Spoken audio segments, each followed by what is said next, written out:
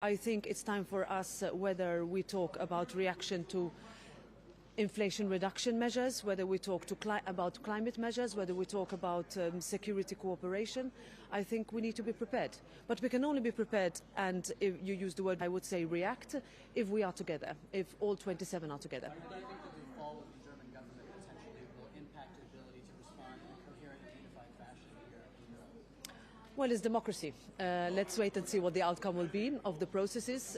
It was not only that which happened, it was also Ireland that called an election yesterday, so I would not necessarily link different events with each other. However, for us, what we want is, look, without a strong Germany, we cannot have a strong Europe.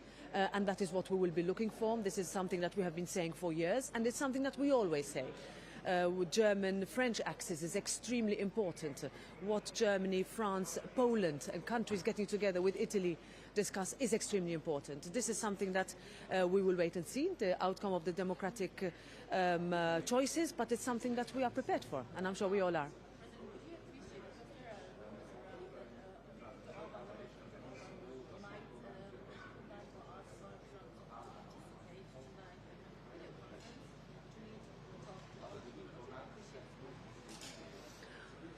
Well, we will have to see whether there is a truth to what is being said.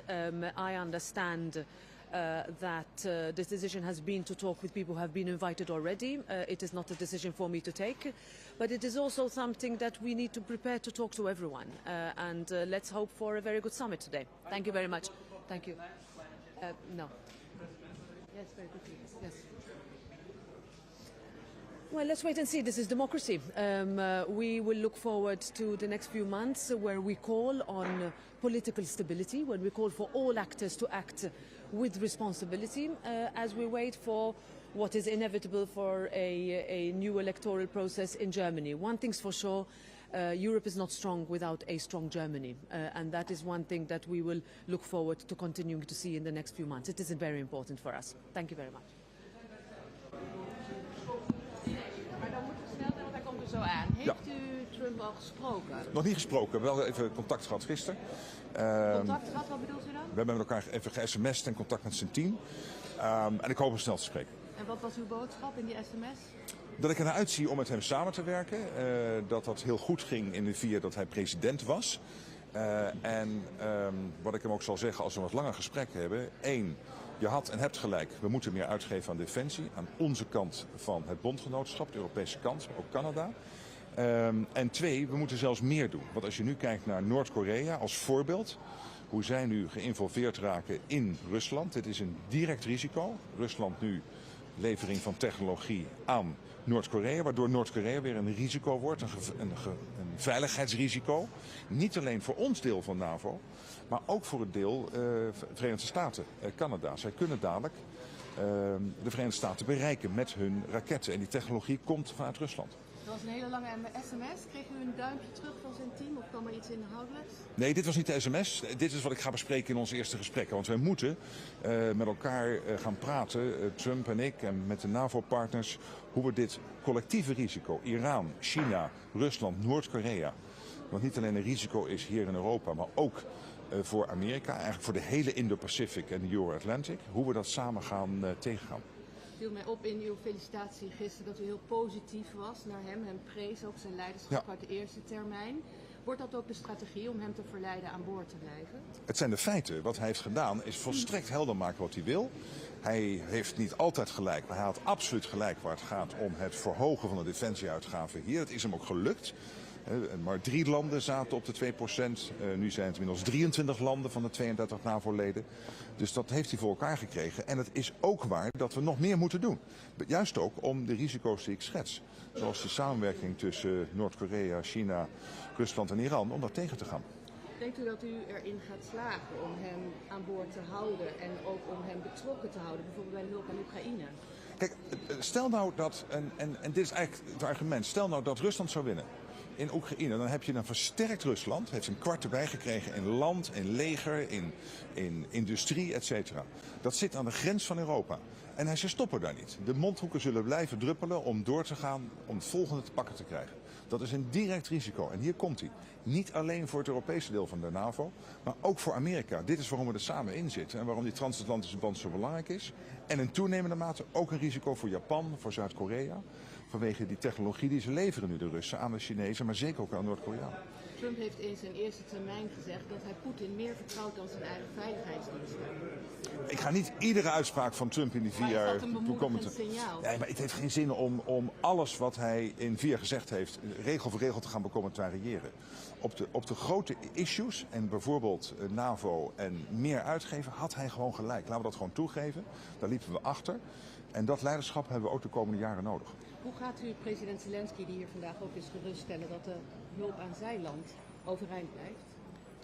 Kijk, op Zelensky, ikzelf, wij allemaal, en dat geldt ook voor Amerika, wij realiseren ons nogmaals, als Rusland succesvol zou zijn in Oekraïne, is dat een veiligheidsrisico, ik zeg het maar even heel recht toe recht aan, een veiligheidsrisico niet alleen voor Europa, maar ook voor Amerika. En daarom, we are in this together. Ik zou me nog niet helemaal gerustgesteld voelen als Oekraïne. Ja, kijk, ook hij, Zelensky, zal natuurlijk moeten zorgen dat hij weer zijn relatie opbouwt met Trump. Maar daar is hij al mee begonnen. Hij heeft een goed gesprek gehad in Dag New York, een paar maanden geleden. Ze hebben al gebeld gisteren met elkaar. Dus Zelensky is prima in staat om zelf die relatie te bouwen. En nogmaals, het belang hier is gezamenlijk.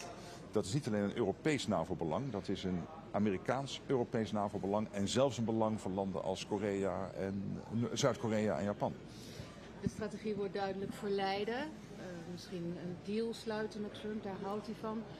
Hoe voelt dat als een zware verantwoordelijkheid die op uw schouders rust? Ja, die rust niet speciaal op mijn schouders. Die rust Nou, op dat alles. denk ik wel, toch, als NAVO-chef? Ook, maar dat geldt natuurlijk ook voor alle bondgenoten, voor alle 32. Dat doen we met z'n allen. Maar het is niet zo dat ik het gevoel heb dat ik iemand moet verleiden. Ik laat het echt voor uw woorden. Wat ik voel is dat Trump heel transactioneel, heel pragmatisch en altijd in de wedstrijd zit. Precies weet wat hij wil. Vaak gelijk heeft. En dat je moet zorgen met elkaar dat je er samen uitkomt. En dat lukt meestal. En hoe gaat u dan iemand als Orbán ook overhalen? Of Robert Fico, die hier ook is? Ik denk dat dat allemaal wel goed is. Wat bijvoorbeeld Hongarije bijdraagt aan de NAVO op dit moment. Ze zitten echt boven de 2%, al wat langer. Ze leveren heel veel bijdrage aan missies. Ze hebben een hele grote brigade ook hier in Hongarije om de oostflank te beschermen. Dus zij leveren een enorme bijdrage aan het bondgenootschap. Ik ben helemaal niet zo negatief over Orbán. Ik denk dat hij een hele hoop doet. Kunt u, wat kunt u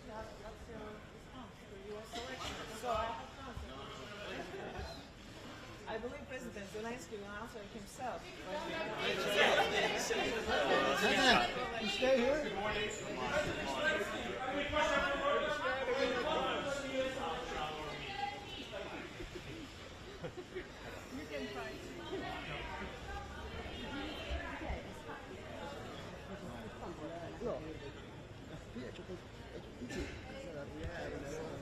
De teams zijn allemaal bezig en hij is natuurlijk net een paar uur, dat is het, 24 uur weet hij dat hij weer president wordt. Maar er wordt hard aan gewerkt. Als u diep in uw hart kijkt en u denkt, hoe ziet de NAVO er over een jaar of 2 jaar uit? Wat denkt u dan? Sterker, ik denk dat we allemaal ook met zijn presidentschap snel besloten hebben nog meer uit te geven. En dat moet ook echt, want er zijn te grote gaten nog in onze verdediging. Niet voor de korte termijn, maar wel voor de langere termijn.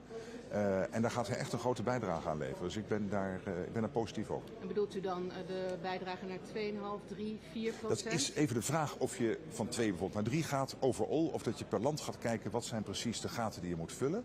En dat je op basis daarvan dan per land vaststelt wat moet het target zijn. Hey, dankjewel, leuk je weer te spreken. What does Donald Trump's win mean for Ukraine? I think what it will mean for all of us is that you have a president who is experienced, who is extremely clear about what he wants. He will push us all to spend more on defense, and he is right on this. He was right, he got his way, we went to the 2%, thanks to his doing for a large part, but he will also force us to do more in the future. And when you look now at North Korea getting involved in Ukraine, delivering the latest state-of-the-art getting delivered the latest state-of-the-art missile technology from Russia. The fact that China, Iran, North Korea and Russia are working together. This is a threat not only to the European part of NATO, but also to the United States mainland, but also to our partners like Japan and the Republic of Korea. I have to go in. Thank you. Ich meine, dat een dialoog met de Europese Unie darüber hinaus enorm wichtig ist, wenn Wahlen an Amerika geschehen, mir auch unabhängig von den Wahlen, mir besonders nur den Wahlen noch.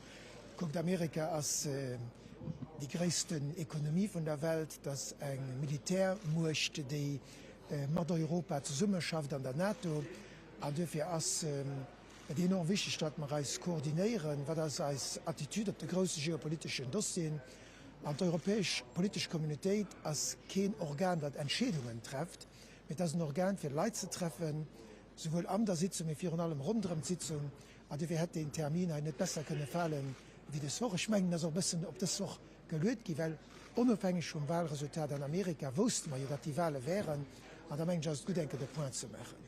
Ich ging aber auch dabei sagen, dass es aus europäischer Sicht für mich auch als Lützeburger Premier wichtig ist, zu gucken, was wir mit Europa machen. Weil gerade an so Zeiten ist es wichtig, Europa zu stärken. Ich lebe in Europa, das so nicht immer rum. Europa ist kompliziert. Ich stelle fest, dass an den 3 Notbeschländer von Lützeburg mal an einer unsicheren Zeit sind. Wir haben 3 Länder rundherum, die keine Majorität am Parlament haben.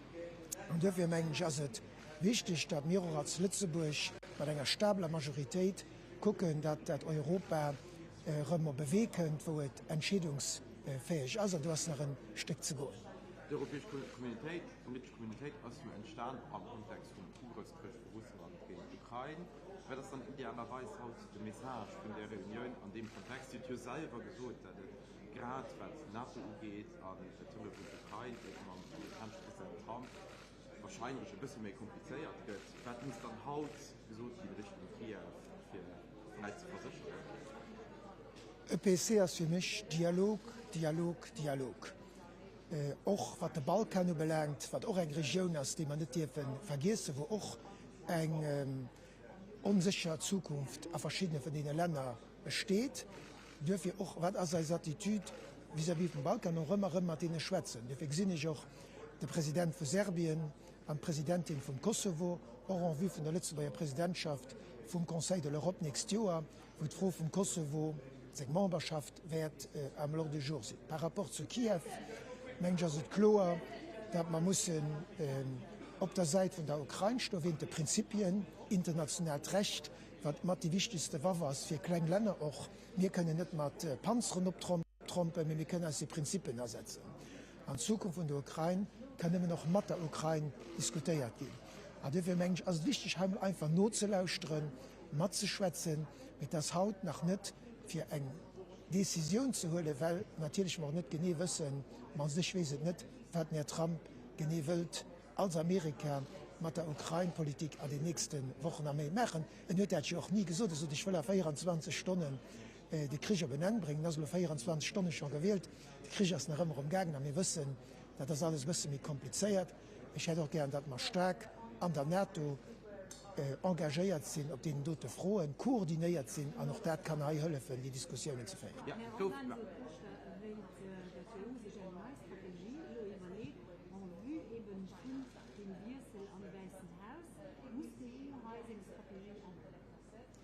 Ich meine, dass eine Strategie immer muss adaptieren en Funktion von der geopolitischen Situation. Wenn Amerika gegen eine andere Schiene unter dem Präsident Trump wie der Präsident Biden führen, dann ist es logisch, dass Europa da muss seine Antwort auch adaptieren. Aber als Antwort bleibt die, dass Prinzipien von der UNO-Charta, Prinzipien vom internationalen Recht müssen respektiert werden. Wenn Männer so und so sind, weil Amerika so finanziell und so von Begrenzen zieht, muss die EU dann halt mehr oder wie soll die untergebracht werden? Das ist die wahrscheinlich, dass die Angst wird von der ukrainischen Menschen. Das ging für dich bedeuten, dass Präsident Trump gegen Lo nicht mehr so für die Ukraine ging. Ich meine nicht, dass Amerika einen großen Anteil hat, dass die Ukraine einfach von Russland absorbiert wird. Und dafür ging ich mir für dich gerne hören, was Amerika zu der Frau dann lo sieht. Und dann adaptieren wir den Rest mit das klar, dass Amerika an der Ukraine, an dem Konflikt, eine ganz importante Rolle gespielt oder wird spielen. Die probiert halt ein bisschen Trump zu beruhigen, an ihrem Speech abholen. war den Ton aber echt, wir müssen go das Modemoment für als Europäer zerscheieren und an anderen an dem meist die Fonds müssen mehr rekuperieren vielleicht en europäische Armee können also der gute Moment vielleicht nur für die Idee zu pitchen bei den anderen Membern vom Europäischen Fonds. Ich meine, dass Europa eine wichtige Rolle zu spielen hat an der kollektiver Sicherheit, an der Ökonomie, an der wir nicht können abhängig sind vom Rest von der Welt, auch bei Energiefragen par ailleurs. An dafür braucht man mehr Europa, da das ein Teil von der Diskussion. So, I'm glad to be here at the EBC. It's a good opportunity to discuss all the issues with the fellow European leaders that we share. Let me take the opportunity to again congratulate Donald J. Trump for his clear victory. I'm looking forward to working with him again to strengthen the transatlantic bond. We will discuss here specifically the topics for the next years ahead of us. We've shown that Europe can take responsibility by standing together. We've shown this in the pandemic. Standing together, we overcame the economic impact of the pandemic. We've shown this in the severe energy crisis that was unleashed by Russia's war in Ukraine. And now it's for us important to pave the way forward. We have 3 points that we will discuss. The first is a joint plan for competitiveness, digitalization and decarbonization. Second is to overcome our over-dependencies and to create more level playing field for our economy and our businesses. Both points are basically the Draghi report. And the third element is that we boost our defense capabilities and investments and create more preparedness. This is basically the Niinistö report. So it pays off now that a year ago I have asked both Mario Draghi and Sauli Niinistö to write their reports, and now we are building on this. The future of Europe is in our hands. We have to act now. Is Europe thinking about what's happening in Germany right now? So the German context is for Germany to discuss right now. In democracies, we have elections and we have building of governments. For the European Union, it is important to stay the course that we've engaged on since many years now, and it's a successful course, standing together, overcoming the challenges, and most importantly, taking our responsibility in our own hands. Wie wollen Sie denn reagieren auf die Zöllen, die Donald Trump...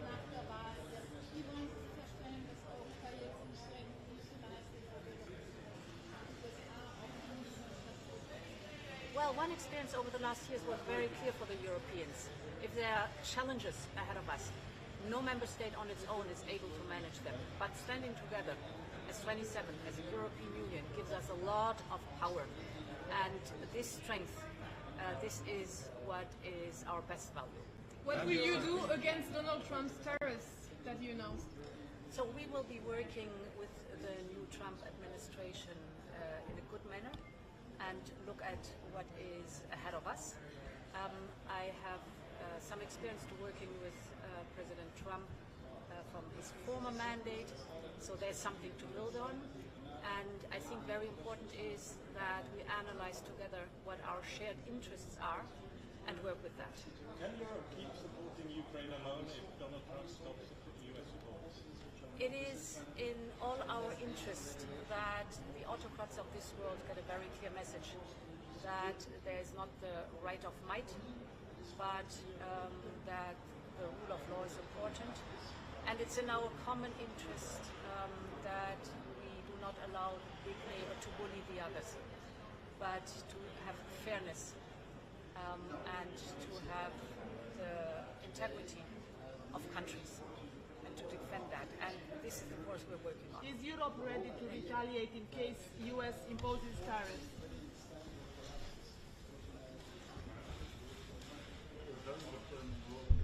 I hope we can have an open conversation with the United States on the continuation of their support.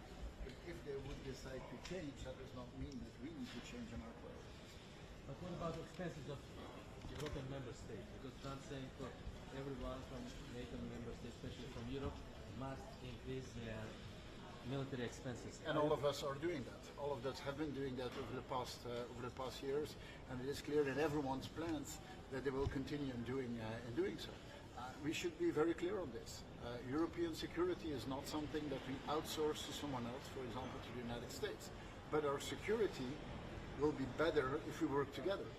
And we are open to discuss with the United States on how we can work better together. I hope we can, but of course we will also defend our own And interests. President Trump also not believer for climate change issues. Do you think you need to think about these issues more compared with previous administration? Well, to me, competitiveness and fighting climate change are linked one with another. We might diverge on that. Then we should look what are the topics on which we have common ground. I hope climate is one of these, but if the United States changes their mind on that, that should not force us to change And our are you minds. planning to go to Baku for COP29? Yes, I am. And what are you planning to do? Are you concerned about the war in Gaza, given Trump's win, and what that might do to embolden Benjamin Netanyahu? Well, we have many crises in the world, and if we want to stabilize and to stop those crises, the United States and Europe working together would be a good thing. We are open to work together, and we have, I think, the whole agenda of things we want to discuss in the next months before President Trump will take over. I hope that open dialogue can be there. If it's not there, Europe will defend its own interests. Can you talk about how hard it is to get to 2% defense spending in Belgium? What are the obstacles to reach this in the near future? Because there's going to be much more pressure in the next 4 years to accomplish this. Yeah, and I think all European countries have increased their military spending, and we will continue doing so. I think it is quite clear that the timing of that increase in spending needs to accelerate, and we are aware of that on the Belgian side. This demands a big effort to do it, but that does not mean that we shouldn't do it. I want to be very clear on this. Our security is not something we want to outsource to someone else, for example, to the United States. Europe should be able to do it on its own, but the security of the United States and European countries will be better off if we work together. So I hope we can work together, but we're not outsourcing our own security. But during your time as Prime Minister, what were the obstacles to get to 2%? Well, you know, if you want to get to 2%, there also needs to be an industrial logic to it. The industrial logic is that you build an industry, and that you give that industry the opportunity to participate in that. That takes some time, but I think now we are ready to accelerate our trajectory to 2%. How can Europe prevent a trade war with the United States now that Trump is elected? What's your stance on that? Well, I think a trade war is not good for anyone. And I think in the next 2 months before President Trump takes over, we have the time to talk. We have the time to explain what our interests are, what the United States' interests are. I think both of us are better off when we're on the same side of the table. I think we need to have an open dialogue on the interests of the United States, on the interests of European countries, and then after an open discussion, everyone can make up their mind. Right. I think I need to make space for other people. Well, you know, this is a part of democracy. In democracy, you have sometimes elections, and you sometimes have governments that collapse.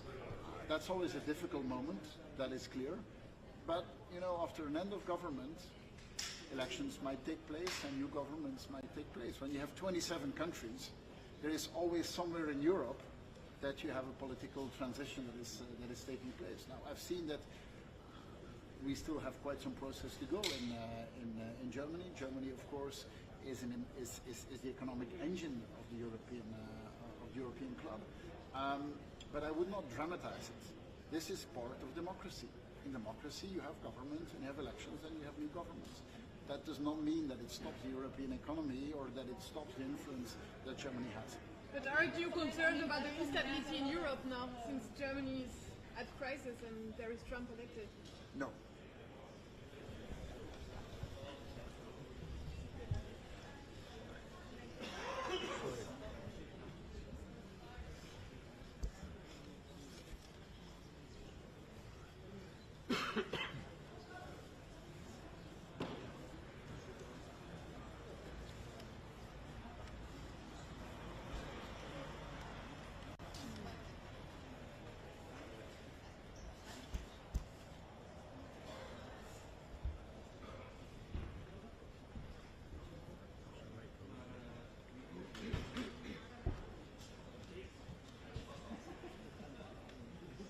c'est d'être vraiment prêt à discuter, à dialoguer avec tous les acteurs qui sont présents, naturellement aussi avec les États-Unis qui sont un membre observateur très important du Conseil de l'Europe, et nous devons définir ensemble ce que nous souhaitons comme avenir pour nos sociétés et pour notre planète. Just changing the topic, sorry. Non, je ne suis pas particulièrement inquiet, mais je pense que les temps sont très challenging, comme on le dirait en anglais. Ils sont exigeants. Ils sont exigeants, et dans des moments où on sent cette instabilité, où on ne sait pas très bien dans quelle direction les choses vont aller, il est d'autant plus important de travailler sur le contact direct, humain, avec l'ensemble des acteurs, et de regarder un peu comment progresser.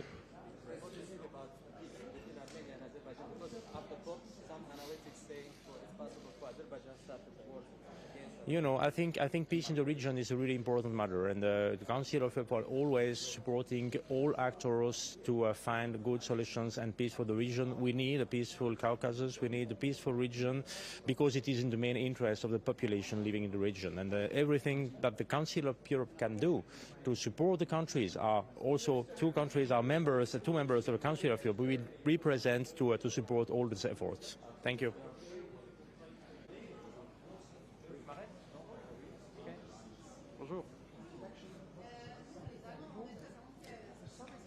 Wollen wir auf Deutsch sprechen denn? To remain strong in order to solve important regional and global problems. But of course, we also need to be quite realistic as Europeans. We cannot approach this transatlantic partnership from a position of weakness. Europe cannot change the world, but it can certainly change itself to cope with a changing world. Hence the discussion that we will have at the European Council, especially when it comes to the questions of European competitiveness, are discussions which are particularly relevant. And I think it is time to wake up from our geopolitical naivete. You are one of his only supporters.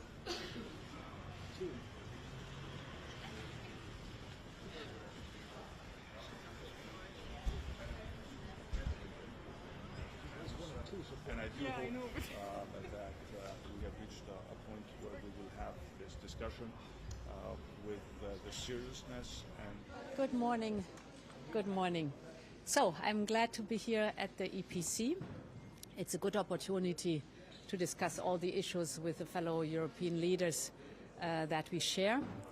Let me take the opportunity to again congratulate Donald J. Trump for his clear victory. I'm looking forward to working with him again to strengthen the transatlantic bond. We will discuss here specifically the topics for the next years ahead of us. We've shown that Europe can take responsibility by standing together. We've shown this in the pandemic. Standing together, we overcame the economic impact of the pandemic. We've shown this in the severe energy crisis that was unleashed by Russia's war in Ukraine. And now it's for us important to pave the way forward. We have 3 points that we will discuss. The first is a joint plan. Was right. He got his way. We went to the 2%, thanks to his doing for a large part. But he will also force us to do more in the future. And when you look now at North Korea getting involved in Ukraine, delivering the latest state-of-the-art, getting delivered the latest state-of-the-art missile technology from Russia, the fact that China, Iran, North Korea and Russia are working together. This is a threat not only to the European part of NATO, but also to the United States mainland, but also to our partners like Japan and the Republic of Korea. I have to go in. So he's trying to be positive, but you heard that he will force us to do more, and I think Europe is getting that message loud and clear. I also spoke to the Prime Minister of Latvia, a very small nation, but really on the front line with Russia, and their Prime Minister told me we're spending 3.5% of our national income on defence. Other countries need to step up. Tomorrow, it's not only the topic of defence for the UK, but also migrant crossings too. They have been in huge numbers since the Labour Party took office. What's the plan? What's on the agenda? Now, and it's a successful course, standing together, overcoming the challenges, and most importantly, taking our responsibility in our own hands.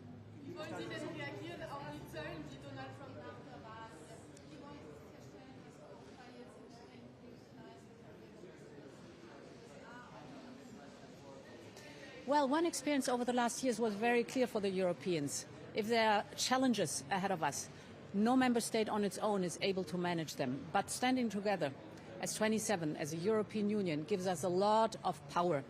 And this strength, this is what is our best value. Azerbaycan'a COP29'a katılmanız planlaştırılsın. Katılacağım. Ne konuşacağız? President Ermenistan. Is Europe strong while Germany is weak? Şu anda tabii bugün bu soruyu sormak bana biraz garip geldi. The fact that you're asking this question today is a little bit weird. Şu anda gündemde malum Amerika var. Currently, right now, the main agenda is the election results in the United States. What do you make of those What do you results? think?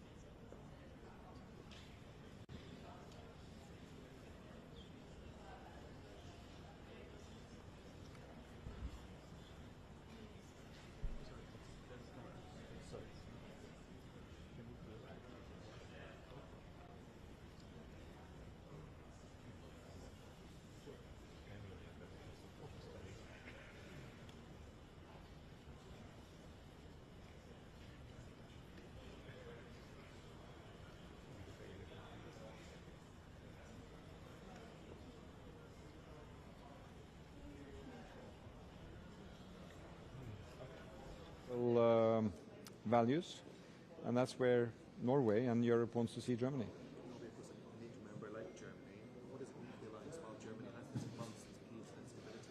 Well, I think, democracies go through circles and through different difficult times. That's the nature of NATO. We are 32 democracies. We have elections. We have, realities of political life.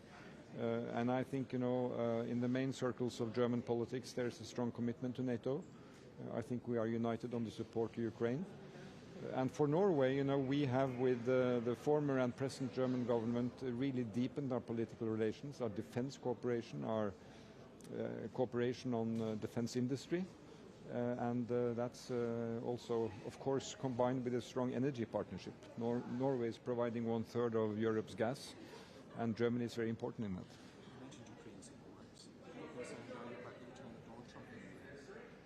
Well, that's a dialogue we have to start right away, and we do. I believe that now Ukraine, when there are soldiers from North Korea in Russia on the way to Ukraine, there is Iran involved, China involved. This is dead serious for Ukraine, but it is also a large political issue that the US has to address fully. And I think it's something we have to work with the US to say that this is really affecting our values, and we have to cooperate on it. And that's a critical issue.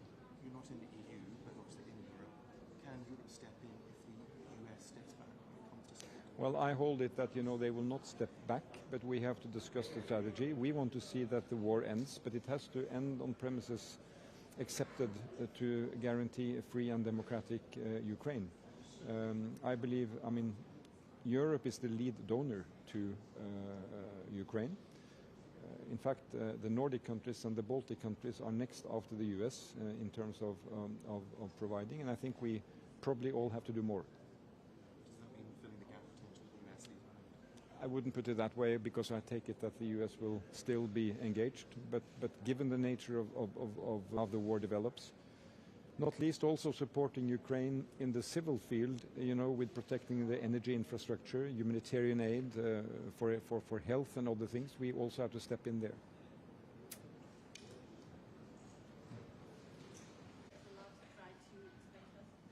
I believe, yes, Europe is prepared because we have been discussing and debating already security of Europe all this year, and still Russia is invading Ukraine, unfortunately, so Europe is prepared, and we have already in our strategic agenda proposed that defense will be one of the main priorities in the next political agenda. So even today and on these days, already the new Commissioner of Defense has been going through the callings and negotiations in European Parliament. So I believe we have been worked with Trump already before, so it's already his second time. And we are Europe, we are NATO, and US is one of the main partners that still remains. We as Latvians has been with discussions with Republicans and Democrats for quite a while. And presidential elections are important, and sure, President is the main person who decides, but there are many other Congress people who have approved that still Europe and the international agenda is important as well for US, because they want to be a democratic state and they want to demonstrate that democracy is one of the United States' main priorities as well. So, sorry? We will know. You have to ask US, but in Europe's agenda, Ukraine is a main priority, and we as Baltic states will still keep this topic hot. And as Europe, we must today discuss with other countries who are part of Europe as well, how we can cooperate even closer economically and in our security agenda. To keep a good relationship with the US. The transatlantic alliance is the most important alliance for us as Europeans, and at the same time build a stronger Europe, especially when it comes to defense and deterrence. Of course, Ukraine is on top of our priorities, but we have to build a stronger defense of Europe more generally. And then, of course, I think we have to convince all Americans that we need no conflicts between us, no matter the issue we are discussing, including trade. Well, we have elections everywhere in Europe every year. I hope they will find a solution in Germany, because of course we need a strong Germany to build a strong Europe, but elections are part of democracy. Could Europe support Ukraine alone? Could Europe support Ukraine alone if Trump decides to stop US support? I don't hope for that. I don't expect that. We have worked closely together with the Americans for now more than 2.5 years on Ukraine, and I hope we will continue to do that. But I agree when President Trump, incoming President Trump, says that Europe has to be able to do more on our own. I totally agree. Prime Minister, about climate change. Are you planning to go to Baku? Did you speak about something in Germany?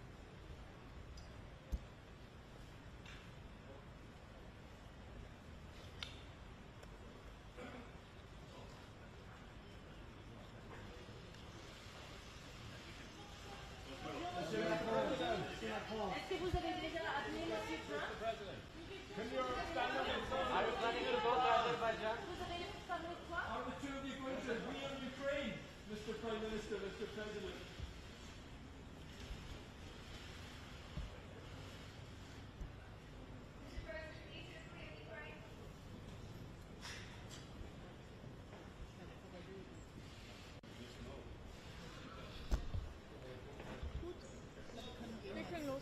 Ja.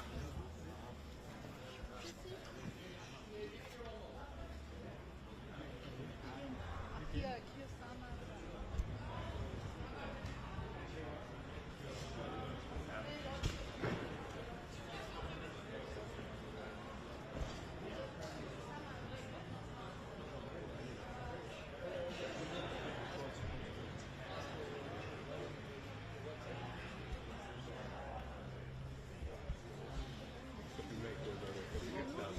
Do you know if one more song, like so, probably three? Three? Which one? Not sure. We just only know that three are missing. But why is Orban inside then? Sure. Just have an answer. Please come back.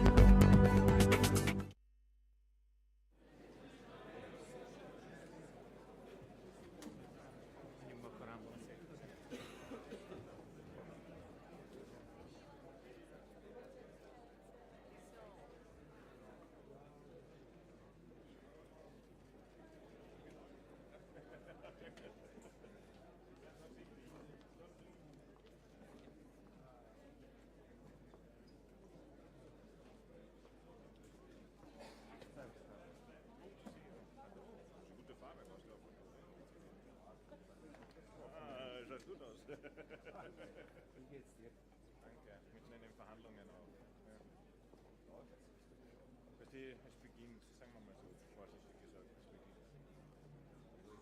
Ich wünsche dir, dass du da einen Erfolg hast. Neben euch, da geht es ja runter. Wieder mal.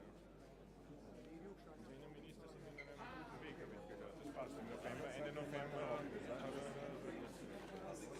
Van een beruchte Roemenië. This is only for prime ministers. Mark. Nigeria kwam bij mij.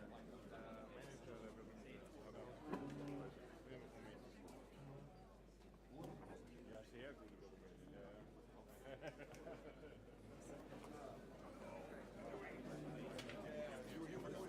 Yes, I know. So good to take care. Yeah, but that means power. That means power.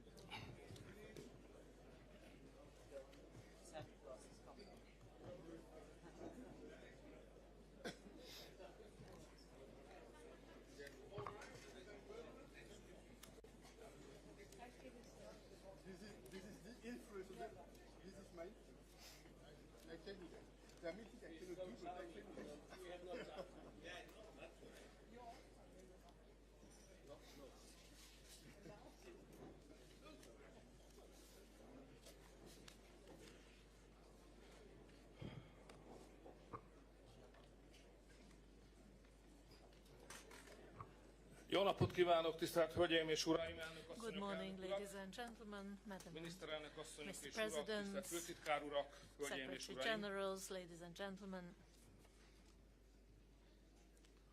Good morning. Magyarul fogok beszélni. I will speak in Hungarian. Önöknek ritkán van lehetőségük arra, You hogy ezt a rarely have the nyelvet hallják. opportunity to listen to this language, Amit csak nagyon kevesen beszélünk. only very few of us speak this language. Egyszer azt mondta nekem Ferenc pápa, Once the Pope hogy a told me mennyországban a magyar a that hivatalos nyelv. in heaven Hungarian is an official language. Kérdeztem, hogy miért. I asked him why, Azt mondta, hogy mert egy örökké and he valóságig tart answered, megtanulni. it takes a lifetime, eternity to learn this language. Tisztelt Hölgyeim és Uraim! Ladies and gentlemen, 22. október óta 5. alkalommal the 22nd ül of össze az October, Európai this is Politikai the fifth Közösség time állam that és the European kormányfőinek political találkozója. community meets at a summit. Megtisztelő, hogy Magyarország It's a great folytathatja honor that Emmanuel Macron Hungary úr can continue in kezdeményezését, the footsteps of Emmanuel Macron.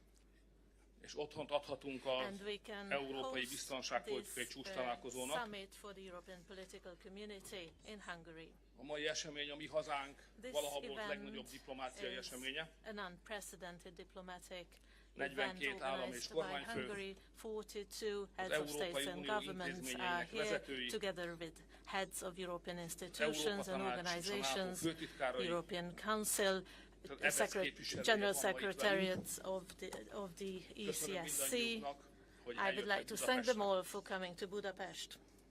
Tisztelt elnök urak és hölgyek, a helyzet, Ladies and gentlemen, the amelyben Európa situation van, where Europe is nehéz, currently is bonyolult very és veszélyes. difficult, complicated and full of dangers.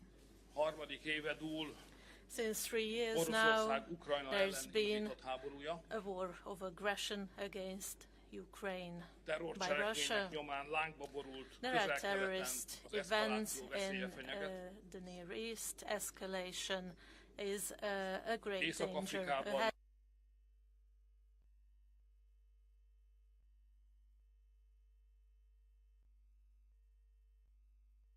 forró kihívás Migration Európa számára, has been a major amely ismét problem in csúcsot Europe, megközelítő and méretet it öltött. is an unprecedentedly A globális great gazdaság problem. a hidegháború után újra a Global blokkosodás economy since és a the töredezettség Cold War ijesztő has become perspektívájával fragmented szembesül, again, and we're facing a very dangerous megkérdőjelezi perspective az in the európai future, which modell poses alapjait. questions about the Vagyis foundations Európa of the békéjét, European model. stabilitását és European jólétét peace, veszély stability, and fenyegeti. prosperity is jeopardized.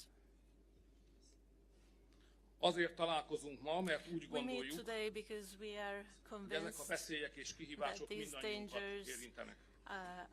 and A válaszok, amelyeket are most fogunk adni, very are ahead of us, évtizedekre and meghatározhatják responses we give today Európa will jövőjét. Abban determine the hiszünk, future of Europe for several hogy decades. együtt We erősebbek firmly lehetünk, believe mint that together külön-külön. we are stronger than separately. Mai napon meg kell vizsgálnunk, Today we'll have to observe hogy hasonlóan látjuk-e az előttünk whether álló we kihívásokat. see challenges before us the same way. Meg kell vizsgálnunk, We need to hogy hasonló irányokba observe keressük el a whether válaszokat. we are looking for solutions in the same directions. És meg kell vizsgálnunk, And we also need tudunk-e olyan to területeket azonosítani, whether we can ahol képesek és specify készek areas vagyunk where közös we are ready fellépésre. and capable to stand together.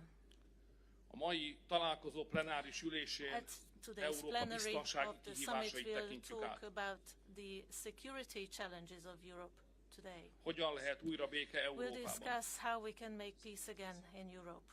Hogyan vállalhat Európa How jövőben nagyobb Europe felelősséget saját can play biztonságáért a és bigger békéért? role in assuring peace Hogyan tud Európa and sikeresebben security. fellépni How az Europe can érdekeiért? be more Hogyan maradhat assertive Európa in érdemi representing szereplője its interests? How can saját it sorsát remain eldöntő tárgyalásoknak és a player, folyamatoknak? and how it can shape its own destiny? És különös aktualitást ad ezeknek a And kérdéseknek these issues are a most current történt issues amerikai today in elnökválasztás. the wake of the American elections. transatlanti kapcsolataink jövője megkerülhetetlen for the eleme future of our transatlantic az európai relations, biztonsági we need to architektúrának. review European security Tisztelt vendégeink, a plenáris ülést Ladies and követően gentlemen, munkacsoportokban after the vitatjuk meg plenary, we'll a discuss migrációval, a gazdaságbiztonsággal economic és a security konnektivitással and kapcsolatos connectivity kihívásokat. in breakout groups. A migráció második alkalommal szerepel kiemelt témaként an important topic on the agenda az Európai for Politikai the Közösség second csúcs time találkozóján. at the summit of the European Political Community. Jobb gyakorlati együttműködésre van szükség a származási és tranzitországokkal, hogy felszámolhassuk az illegális migrációt és az embercsempész hálózatokat. Jobban kell támogatnunk fejlesztési céljaik érdekében a származási és tranzitországokat. El kell döntenünk, készek vagyunk-e a menekült kérelmek elbírálására és visszatérések végrehajtására szolgáló központok létrehozására biztonságos harmadik országban. Én érzékelek új lendületet Európában ezen a területen. A mai vitával talán tehetünk egy lépést a kézzelfogható eredmények felé. Köszönöm Ausztria kancellárjának, Egyesült Királyság miniszterelnökének, hogy vállalták ennek a munkacsoportnak az elnöklését. Tisztelt elnök urak és hölgyek, Európa jólétét a nyitott és integrált világgazdaságnak, a konnektivitásnak köszönhető, de a Covid-járvány és a geopolitikai feszültségek azt is bebizonyították, hogy a nyitott gazdaság kockázatot is jelent, és kiszolgáltatottá tehet bennünket. Ma meg fogjuk vitatni, hogyan tudjuk megőrizni Európa számára a konnektivitás előnyeit úgy, hogy közben erősítjük stratégiai autonómiánkat, csökkentjük a függőségeinket, és megvédjük nemzetbiztonsági érdekeinket. Ezt a kérdést fogja körbejárni a második munkacsoport, aminek tematikáját Németország kancellárja és Norvégia miniszterelnöke készítette elő, és a német kancellár távollétében a lett miniszterelnök asszonyt kértem meg, hogy elnökölje a munkacsoportot. Norvégia miniszterelnökével együtt. Tisztelt elnök, asszonyok és urak! A mi politikai közösségünk a nagy stratégiai kérdésekről történő eszmecsere helyszíne.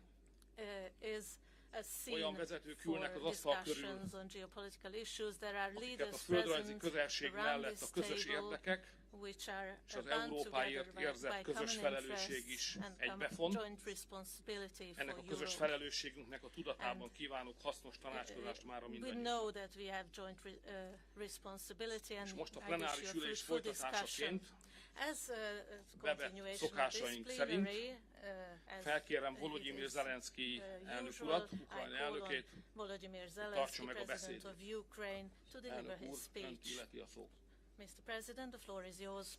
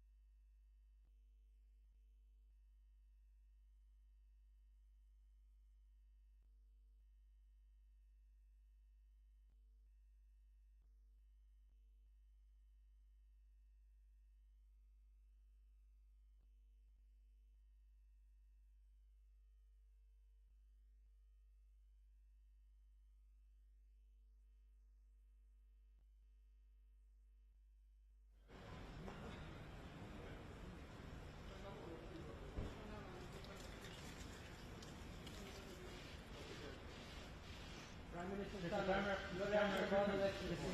quick question from the Irish Times. Starmer, what are you expecting from today's meeting? What are you hoping for? On US Trump's win? No?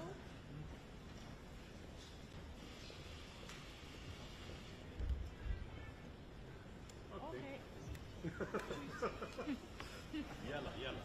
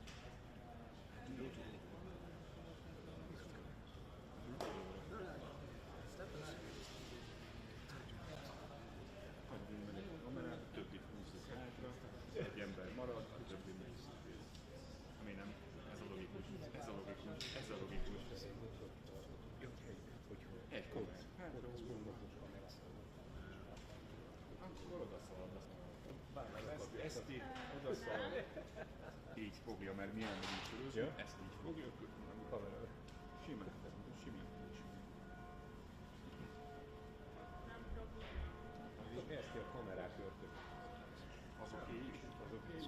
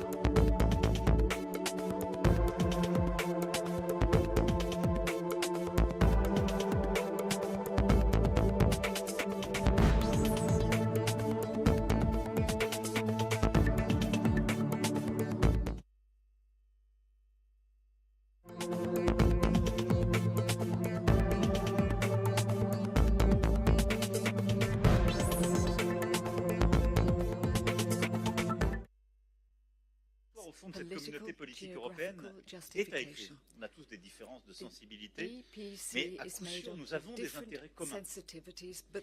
Et je crois que c'est le bon lieu pour le faire, celui d'une grande Europe, où justement l'histoire a pu nous diviser, en particulier l'histoire du XXe siècle, séparer ou écrire des pages différentes. La question c'est est-ce qu'on veut écrire une page commune de la grande Europe au XXIe siècle? Moi j'y crois très profondément. Et donc je crois que c'est ici que l'unité stratégique géopolitique doit s'écrire. Et le moment que nous vivons est le bon. Le Premier ministre hongrois l'a rappelé. La guerre est revenue sur le sol européen, en Ukraine. Des tensions et des conflits existent entre certains membres, Arménie et Azerbaïdjan. Nous avons des phénomènes qui bousculent nos sociétés, des grands risques terroristes qui ont touché beaucoup de nos pays encore ces derniers mois. Nous avons tous à faire face à des phénomènes de migration illégale qui bousculent nos sociétés. En même temps, nous sommes des économies ouvertes qui, depuis des décennies, se sont construites sur un modèle d'ouverture dont on continuera à avoir besoin. Nous avons le défi évidemment climatique, technologique et une géopolitique, on le voit bien, où on a deux blocs, les États-Unis d'Amérique d'un côté et la Chine, qui avant tout recherchent leur intérêt propre et décident d'être beaucoup moins, si je puis dire, l'un et l'autre, complaisants avec les règles internationales. Ou en tout cas respectueux. Comme plusieurs, j'ai eu l'occasion hier d'avoir le président élu Donald Trump. On est quelques-uns autour de cette table à avoir connu il y a 4 ans de cela dans ses précédentes fonctions. Je l'ai félicité, mais au fond, moi je trouve que notre rôle ici, au sein de l'Union européenne, c'est pas de commenter l'élection de Donald Trump, savoir si c'est bon ou pas bon. Il a été élu par le peuple américain et il va défendre l'intérêt des Américains. Et c'est légitime et c'est une bonne chose. La question c'est est-ce que nous on est prêts à défendre l'intérêt des Européens? C'est la seule question qui nous est posée. Et moi je pense que c'est notre priorité. Et donc ça ne doit être ni dans un transatlantique qui serait naïf, ni dans la remise en cause de nos alliances, ni non plus dans un nationalisme étriqué qui ne nous permettrait pas de relever ce défi face à la Chine, aux États-Unis d'Amérique. Et donc c'est un moment de l'histoire pour nous Européens qui est décisif. Au fond la question qui nous est posée, voulons-nous lire l'histoire écrite par d'autres, les guerres lancées par Vladimir Poutine, les élections américaines, les choix faits par les Chinois en termes technologiques ou commerciaux, ou est-ce qu'on veut écrire l'histoire? Et moi je pense qu'on a une force pour l'écrire. Nos économies sont fortes, nos pays ont des systèmes de défense sophistiqués, et on représente quelque chose. L'Union européenne, c'est 440 millions d'habitants avec ses 27 pays, et la communauté politique européenne, c'est plus de 700 millions d'habitants. Si on décide d'avoir conscience de ce qu'on représente géopolitiquement, commercialement, c'est une puissance inouïe. Il n'y a aucun marché de 700 millions d'habitants aussi uni par l'histoire des intérêts, des valeurs que nous autour de cette table. Aucun. Si on se réveille et qu'on décide au fond de ne pas disparaître géopolitiquement et de ne pas être le marché d'ajustement des autres puissances économiquement et commercialement.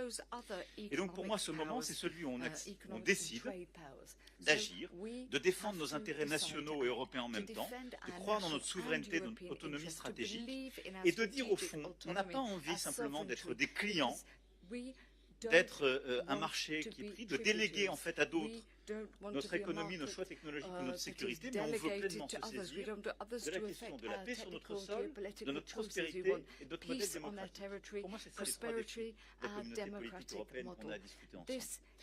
La paix, Volodymyr vient de le dire, c'est aider l'Ukraine à résister face à la guerre d'agression russe. Il peut y avoir des différences de sensibilité autour de cette table. Mais moi j'ai une conviction profonde, notre intérêt est le même. Notre intérêt, c'est que la Russie ne gagne pas cette guerre. Et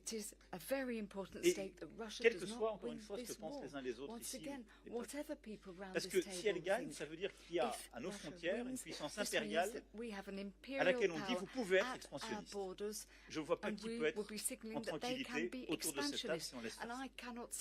De la même manière, je pense qu'il est très important de tout faire pour bâtir un accord entre l'Arménie et l'Azerbaïdjan, et j'espère que le traité de paix pourra être signé.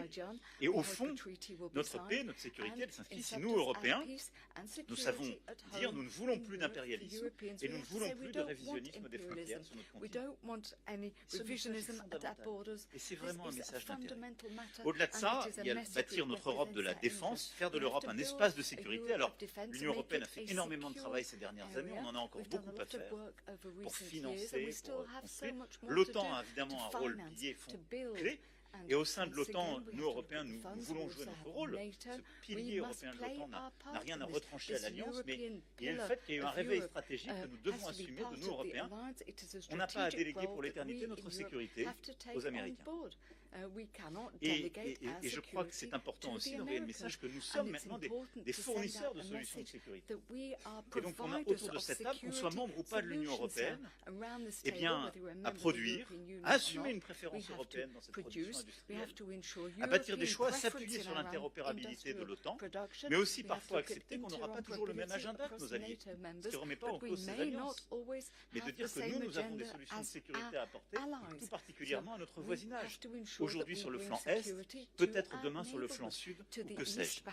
Et à cet égard, je pense qu'il faut développer au sein de la communauté politique européenne une culture commune. Il y a quelques années, on avait bâti l'initiative européenne d'intervention. Il y a une douzaine d'États qui sont autour de la table qui participent. Elle est complètement intergouvernementale. Et moi, je voudrais inviter tous les collègues qui sont prêts à s'y joindre et qui ne sont pas membres de l'UE à s'y joindre. Élargissons à l'échelle de la communauté politique européenne l'initiative européenne d'intervention, pour bâtir des solutions d'intervention communes sur des théâtres d'opération. C'est ce qui nous a permis de faire Agenor, ce qui nous avait permis d'intervenir au Sahel, et essayons d'avancer. Je crois aussi qu'ici, nous avons la possibilité de bâtir des solutions très concrètes pour lutter contre les filières clandestines d'immigration. On a construit des solutions très robustes en européen, pacte asile-immigration. Il y a des solutions très robustes qui sont construites avec des pays de transit ou d'origine pour prévenir les mouvements ou aider au retour. Mais la coopération au sein de la communauté politique européenne sur les questions migratoires est un surcroît d'efficacité parce que nous couvrons tous les chemins de la migration. Et quand Keir a un problème justement migratoire avec ce qu'on appelle les small boats, c'est pas simplement un problème bilatéral franco-britannique, c'est un problème qui touche toute l'Europe et qui commence soit par les routes du Sud, soit par les routes de l'Est. Et en fait, nous sommes tous ici en capacité d'y apporter une solution. Deuxième élément sur la croissance et l'innovation, moi je suis convaincu que nous devons faire beaucoup plus. On aura l'occasion d'y revenir dans le sommet informel entre membres de l'Union européenne. Le rapport Draghi a donné une feuille de route très claire. Ursula, dans ce qu'elle a porté, l'a dit aussi, nous le croyons à plusieurs ici autour de cette table. On a besoin d'une Europe qui simplifie ses règles, qui va beaucoup plus vite, qui est sur les clean tech, l'intelligence artificielle, beaucoup plus forte, qui renforce sa compétitivité par l'innovation et qui aussi, je crois, redéveloppe son marché intérieur, c'est-à-dire d'investir sur son propre marché, pas de faire simplement un marché qui est ouvert à tous les vents. Parce que quand on regarde les choses, on a une demande intérieure européenne qui s'est effondrée ces dernières années. Mais cette stratégie a aussi sa pertinence au sein de la communauté politique européenne. Moi, je pense qu'on doit essayer maintenant de bâtir, entre tous les pays qui sont là, de la Norvège au Royaume-Uni jusqu'aux pays des Balkans occidentaux ici présents et au Caucase, une vraie intégration énergétique. Si on sait bâtir une grande Europe de l'électricité, on arrive à traiter beaucoup de sujets, d'abord d'interconnexion que tu as évoqué, mais de compétitivité pris par l'énergie. Ce qui aujourd'hui fait du mal à tous les Européens, touche les foyers et touche nos entreprises, c'est le prix de l'énergie. Or, il y a tant de nos pays qui produisent du renouvelable à peu de prix. Il y a d'autres pays qui ont un modèle nucléaire. Le problème, c'est que nous sommes fracturés sur le plan de l'intégration de notre modèle électrique. Faire une grande Europe électrique, financer cela, c'est intégrer d'ailleurs davantage l'Union européenne elle-même, c'est faire le lien avec des pays qui ont choisi d'autres chemins et qui ont des modèles formidables, qui croient aussi à la transition, et c'est faire une Europe plus décarbonée et plus compétitive. Et donc je pense que là on a un autre sujet, le sujet défense pour notre communauté politique européenne, c'est vraiment de faire de cette Europe un espace électrique beaucoup plus fort. En même temps, je suis convaincu qu'on doit aussi clarifier notre agenda, c'est-à-dire assumer un agenda de sécurité économique commune. Ce qu'on a su faire quand il y avait un commerce mondial qui était faussé par des sursubventions de certains pays tiers, on doit l'assumer en européen. On doit arrêter d'offrir en quelque sorte le visage d'un supermarché ouvert à tous les vents. Si on croit dans notre avenir géopolitique, on doit dire ces 700 millions d'habitants et de consommateurs que sont les membres de la Grande Europe, ils ont des intérêts communs.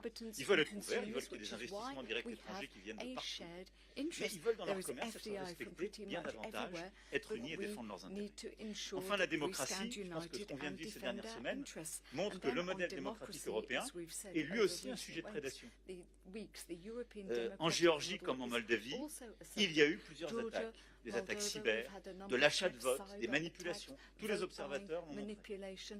Je veux ici féliciter Maya Sandu pour sa réélection et on aura l'occasion tout à l'heure de le faire. Et j'espère très fortement, je le dis au Premier ministre qui est avec nous, que la Géorgie va confirmer son choix européen et celui aussi d'un modèle démocratique.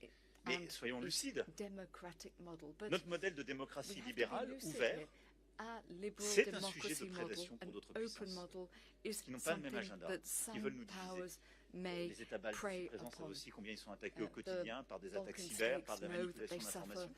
Et donc, on doit assumer un agenda de protection de nos démocraties, nos règles démocratiques, de la force de l'opinion publique, de la manière dont nos concitoyens forment leurs opinions pour pouvoir ensuite voter librement. Parce que si nous devenons le théâtre de propagande extérieure parce que nous sommes naïfs et on considère juste que la démocratie, c'est offrir des infrastructures mais pas s'occuper de la régulation du contenu, les démocraties libérales seront balayées. Et vous le voyez, au fond, qu'il s'agisse de notre sécurité et de notre défense, de notre économie et de notre modèle de prospérité, de notre démocratie. Nous avons à bâtir un agenda positif extrêmement ambitieux si nous prenons conscience de ce qu'est la Grande Europe qui est autour de la table. Une puissance géopolitique sans égale. Simplement, nous ne nous assumons pas jusqu'alors comme une puissance pleinement indépendante. On pense qu'il faut déléguer notre géopolitique aux États-Unis d'Amérique, il faut déléguer notre modèle de croissance à nos clients chinois, il faut déléguer notre innovation technologique aux hyperscalers américains. Ce n'est pas la meilleure idée. Je pense qu'on peut reprendre le contrôle si on décide sur la décennie qui vient de bâtir, pas simplement au sein de l'Union européenne, mais ici. Au fond, pour moi, c'est simple. Le monde est fait d'herbivores et de carnivores. Si on décide de rester des herbivores, les carnivores gagneront. Et nous serons un marché pour eux. Je pense qu'au moins, ce serait pas mal de choisir d'être des omnivores. Je ne veux pas être agressif, je veux juste qu'on sache se défendre sur chacun de ces sujets. Mais je n'ai pas envie de laisser l'Europe comme un formidable théâtre habité par des herbivores que des carnivores, selon leur agenda, viendront dévorer. Assumons cela. Voilà. C'est pour ça que je crois beaucoup à ce format-là. Je remercie Monsieur le Premier ministre de nous accueillir. Et je pense qu'en ce lendemain d'élections américaines, nous nous devons d'être lucides, ambitieux, déterminés sur l'agenda qui est le nôtre. Il est crédible, il est totalement faisable. C'est une question de volonté commune et de capacité à prendre conscience de ce que nous sommes. Merci beaucoup, Victor.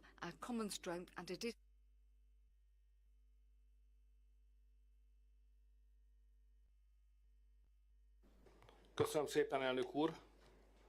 Thank you very much, Mr. President. Well, 3 sentences I have put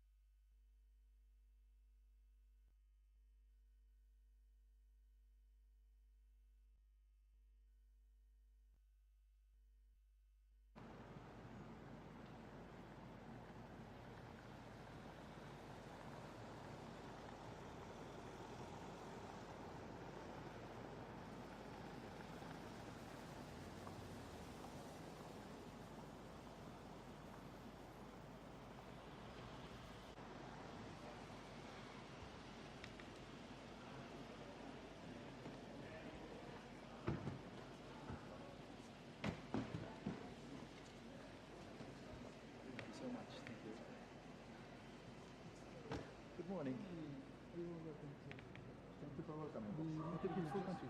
Pardon? It's a beautiful country. It's my first time here. First time here? Yes, indeed. Hopefully not the last. Let's hope so. So the meeting is just beginning. So it's just started. So I'll proceed there. Yeah, thank you. very Thank you so much. Good morning. Yeah, people who were talking, all that didn't say anything. I thought they didn't say anything.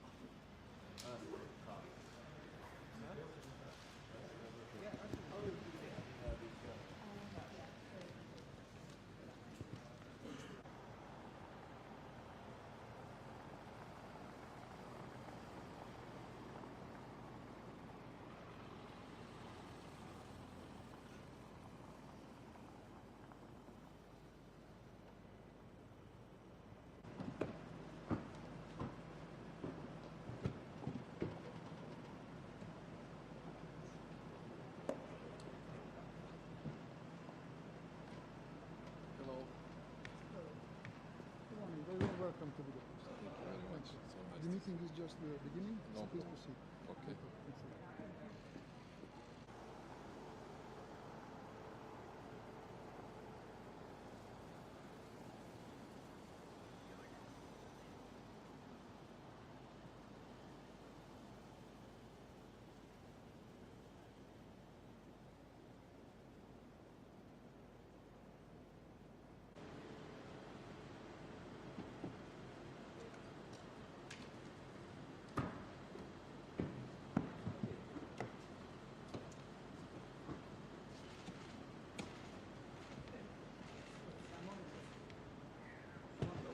Very well, welcome to you.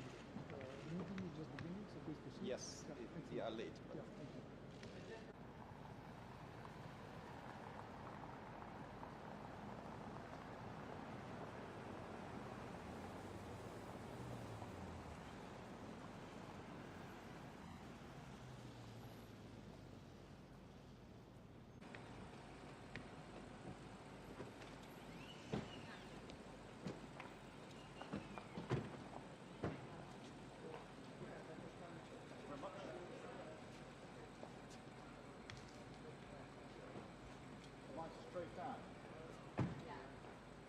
Welcome to you, Mr. Prime Minister. Your protocol for the presidency. Nice to see The you. meeting has just begun a couple of minutes ago. Oh, is that all? You're very well. Fantastic. Thank you very much indeed. I'll take care of it.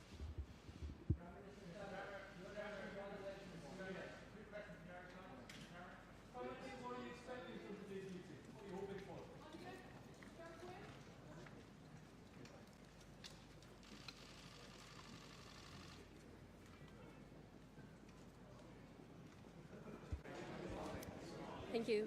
Just days ago, the Moldovan people chose a future in the European Union. I am proud of every single Moldovan who stood up for democracy.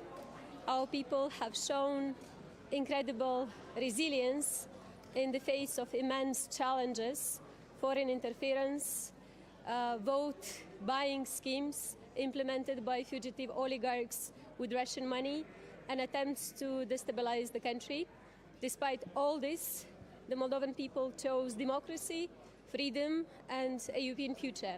I'm here today to speak to the EU leaders about the situation in Moldova and about the fact that we need more support to strengthen our institutions so they could better protect the Moldovan democracy. We want Moldovans to decide for Moldova, not Russian money. And of course, Moldova's EU path is important not just for Moldova, but for the stability and security on the continent.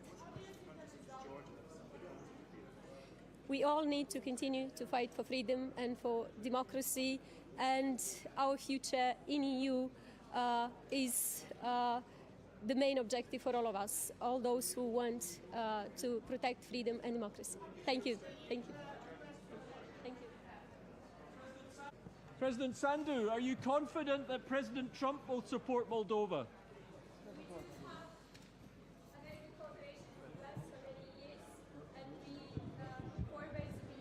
Cooperation for the benefit of the people, to strengthen security and for prosperity. Thank you.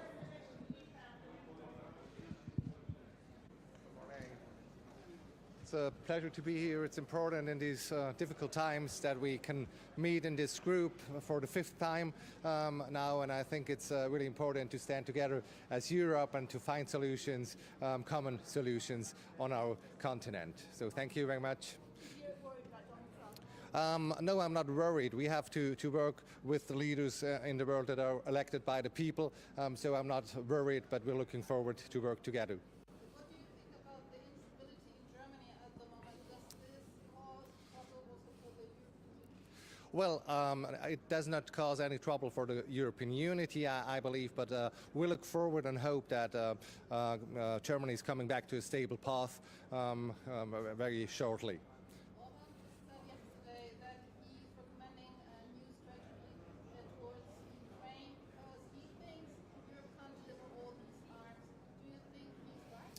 Well, from my point of view, Ukraine has to win, that's for sure, and the day today is a good opportunity to discuss strategies for the way ahead. Pardon? Well, we don't know what the U.S. is doing in the next month at the moment, and we can't replace everything. So we need a strong NATO, we need strong allies. So therefore, we really have to talk, and this is the place to talk. Thank you. Bye.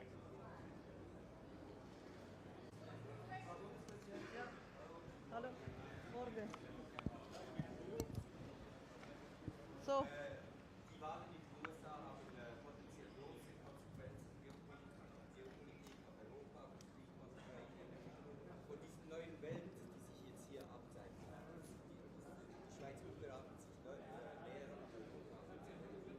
Ja, die Schweiz will ja den bilateralen Weg mit der EU stabilisieren und noch vertiefen. Da arbeiten wir schon länger daran.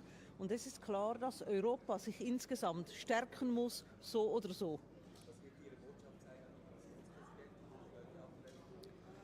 Ja, meine Botschaft wird die sein, dass wir auf gutem Weg sind in den Verhandlungen. Die Chefunterhändler haben gut gearbeitet, dass wir jetzt auf der Zielgeraden sind und die 2, 3 offenen Fragen noch klären wollen.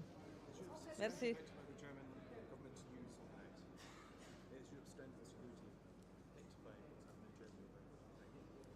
We have to see what they are doing now. I think there will be new elections. It depends when they will be.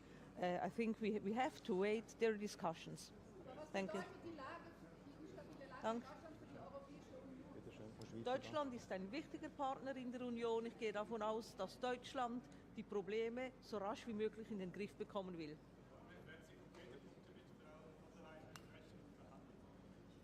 Verhandeln werden wir hier sicher nicht, das machen die Chefunterhändler, aber wir werden uns über den Stand der Dinge austauschen. Merci.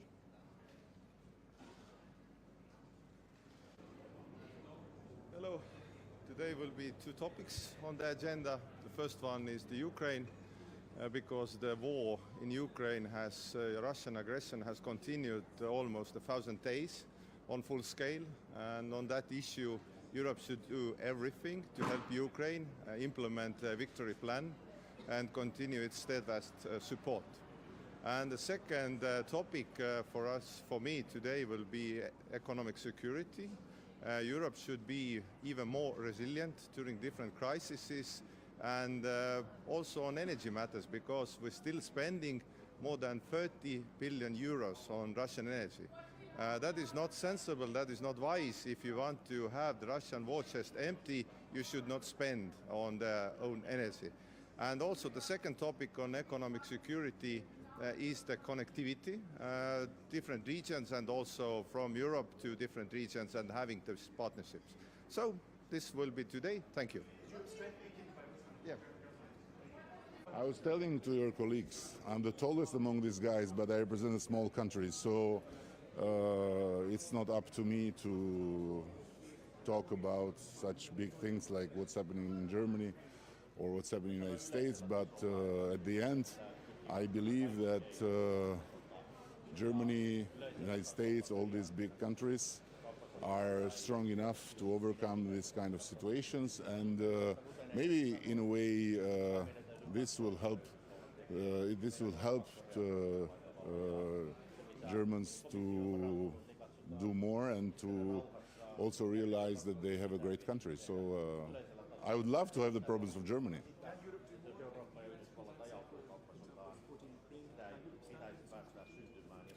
Listen, I believe that what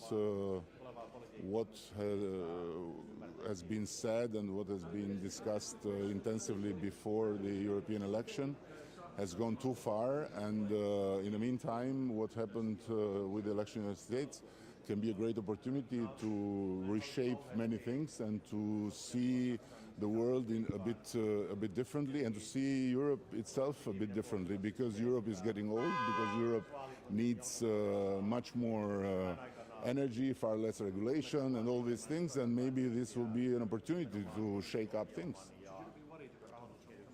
Why? United States is United States, and at the end, I believe the United States is stronger than everyone in the White House on one hand, and on the other hand, again, I'm saying what has happened in the United States can be a very good thing for Europe. Ask Georgia, she's coming.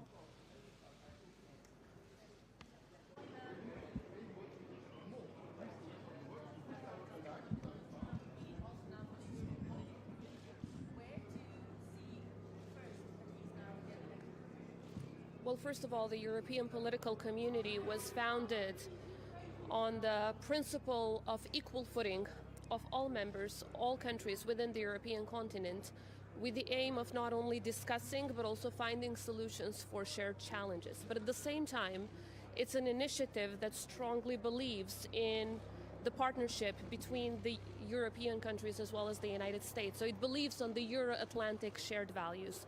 I believe as a country that has so fundamentally benefited from this Euro-Atlantic partnership that the election of President Trump will continue to strengthen this relationship, and of course we shall all give a contribution in that regard. Kosovo has had the bipartisan support of every US administration since early 90s. We've been blessed with that support, and for that reason we have every reason to believe that that support will continue also with the administration of President Trump. What does it mean for the support of Ukraine? What does it mean for the support of Ukraine? I believe that is a question to be posed to Ukraine, but what I heard from President Zelensky is that he very much hopes and believes that the strong support of the United States towards Ukraine, its sovereignty, territorial integrity, and most importantly, its freedom will continue. That is a hypothetical question which I don't think I will ever have to answer. I strongly believe that this strong cooperation between Europe and the United States will continue, is at the benefit of world security and peace. Thank you so much, everyone. Thank you. Good morning, everyone. It's great to be at the European political community, great to be in Budapest, Hungary. A country with which we have long, strong, but also historical ties. The European political community has always given us an opportunity to not only discuss, but also find solutions for shared challenges. So I look forward to discussions on these very important issues stemming from security to economy as well as energy. And hopefully at the end of the day, we will have some productive results. But I also look forward to meeting with fellow leaders and discuss specifics of our relationship, but also ask for their support for Kosovo's Euro-Atlantic integration. No, normally we do not meet in this setting. As you know, Kosovo and Serbia meet within the EU-led dialogue. Discussions are ongoing in Brussels between chief negotiators, mainly on how we can move on with the implementation of the agreements that have been reached. Over here, as you know, the topics have been set. It's mostly how we can all join as European countries in finding solutions for issues like peace, stability, economic security, as well as the energy crisis. So we will give our small, but I think important contribution. And at the same time, of course, we will call for the continuation of the support for Ukraine, because we believe that that is not just a threat to the sovereignty of Ukraine, but a threat to security of us all. And the stronger we are, the more united we are in dealing with this security challenge in our continent, the better for all of us. I do not see it as a threat. Kosovo has, in fact, benefited for decades from a very bipartisan support from the United States. We became independent when Republicans were in power. We became free when Democrats were in power. We worked very closely with every administration, and I strongly believe it will continue to be so.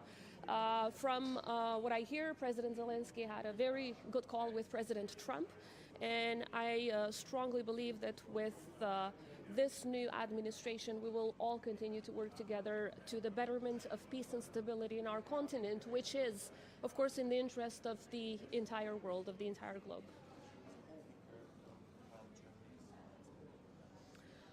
Well, I wouldn't call Germany unstable. I would call it simply a democratic process. Again, Germany has been such a strong pillar of Europe's success, has been such a strong pillar of the successes in the Western Balkans.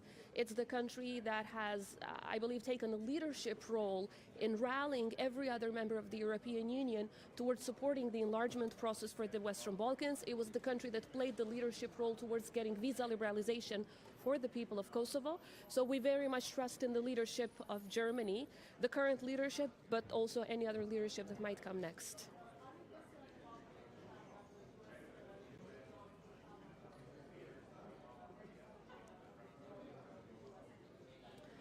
I'm a strong believer in the Euro-Atlantic alliance and partnership. I am not concerned, quite the opposite. I think that this is an opportunity to enhance our relations and to have a strong role of the United States on issues that relate to peace, stability, security, and prosperity in the Western Balkans. As I said earlier, Kosovo has been blessed with the bipartisan support of the United States. We worked closely with every other government, and I'm very much confident that we will work closely with this administration as well.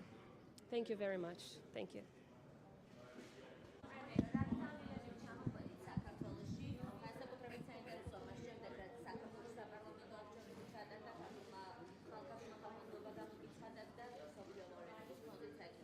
რა თქმა უნდა, ძალიან მნიშვნელოვანი ღონისძიება. ამ ღონისძიებაზე ეგრებება ყველა ევროპული ქვეყნის პრეზიდენტი, პრემიერ-მინისტრი. განსაკუთრებით საინტერესოა ის, რომ ამერიკული საპრეზიდენტო არჩევნების შემდეგ მალევე ტარდება ეს ღონისძიება ბუდაპეშტში, უნგრეთის მასმიძლობით. მე მექნება პირადად გამოსვლა თემატურ პანელზე, ასევე დასკვნით პლენარულ სესიაზე, სადაც ბუნებრივია გაჟღერდება გზავნილები, რაც უკავშირდება ჩვენს ქვეყანას, ჩვენი ქვეყნის გარშემო მიმდინარე მოვლენებს. ასევე გვექნება შესაძლებლობა, რომ ევროპელ ლიდერებთან გავისაუბროთ ყველა იმ თემაზე, რაც არის, რა თქმა უნდა, საინტერესო საქართველოს ევროკავშირის ურთიერთობების კუთხით.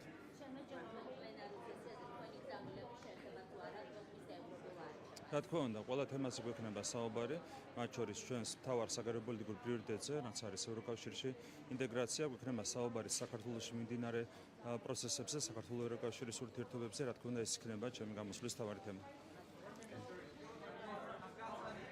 European political community. I remember when we decided to launch this new platform, we understood at that time that it was needed to strengthen the global dialogue within the European continent, because we share a continent and we share the same goals, the same purposes. We want more peace, more stability, more security.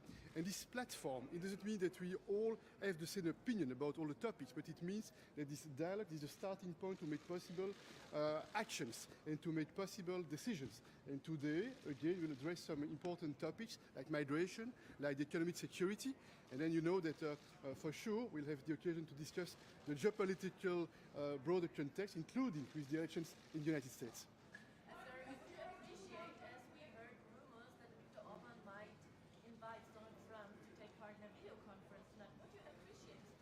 We work closely with Viktor Orban and his team to prepare the European political community and the informal European Council that will take place tonight and tomorrow, and this is not planned. What is your message to Volodymyr Zelensky? What is your message to Zelensky? We are on your side, dear people of Ukraine, because we understand very well, we didn't change our mind, that you fight for our common values, for our common principles. So that's why each European Council meeting was the occasion to strengthen our support for Ukraine. It is important not to give up, because strengthening Ukraine means strengthening ourselves. And we want a just peace, and this just peace has to be based on the principles of the UN Charter. Is Donald Trump on his side? Is Donald Trump on his side? Please. Climate change. Are you planning to go to COP29 to Baku? And what is your plan to discuss with Ali about democracy? because we have lots of problems. There are two topics. First, it's important that we have this meeting on climate change, because we can see every week and on each continent the terrible consequences of this climate change challenge for all of us.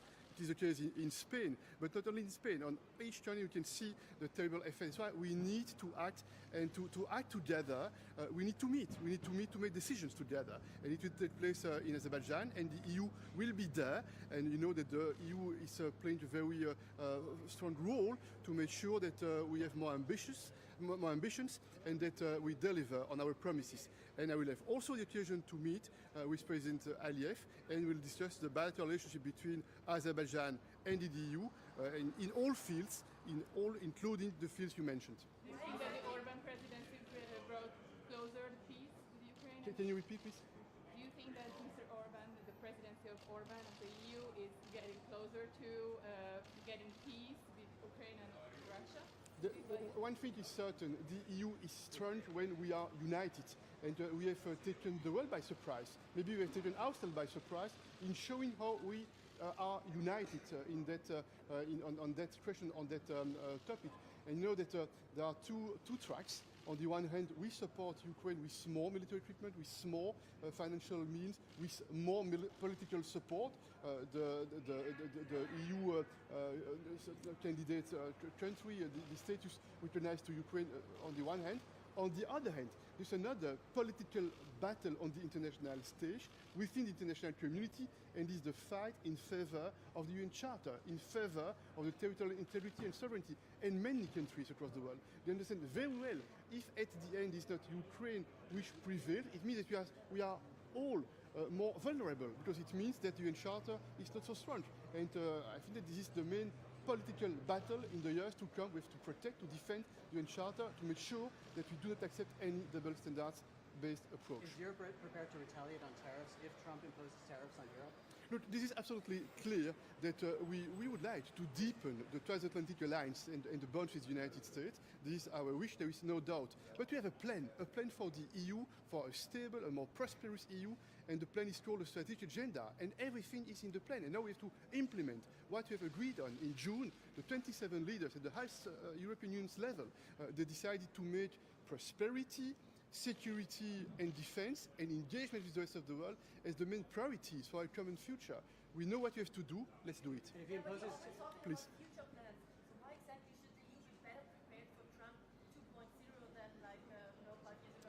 My conviction is very, very simple. In fact, we have to be more master of our destiny, not because of Donald Trump or Kamala Harris, but because of our children. This is our responsibility to make decisions so that we are not dependent of something which is decided elsewhere. We have to do more to deepen our single market. We have to do more in terms of competitiveness. We have to do more in terms of European defense capabilities, and with partners, because we want to engage with partners. We believe in a multilateral world with a strong multilateralist base. This is what we believe in. Monsieur Michel.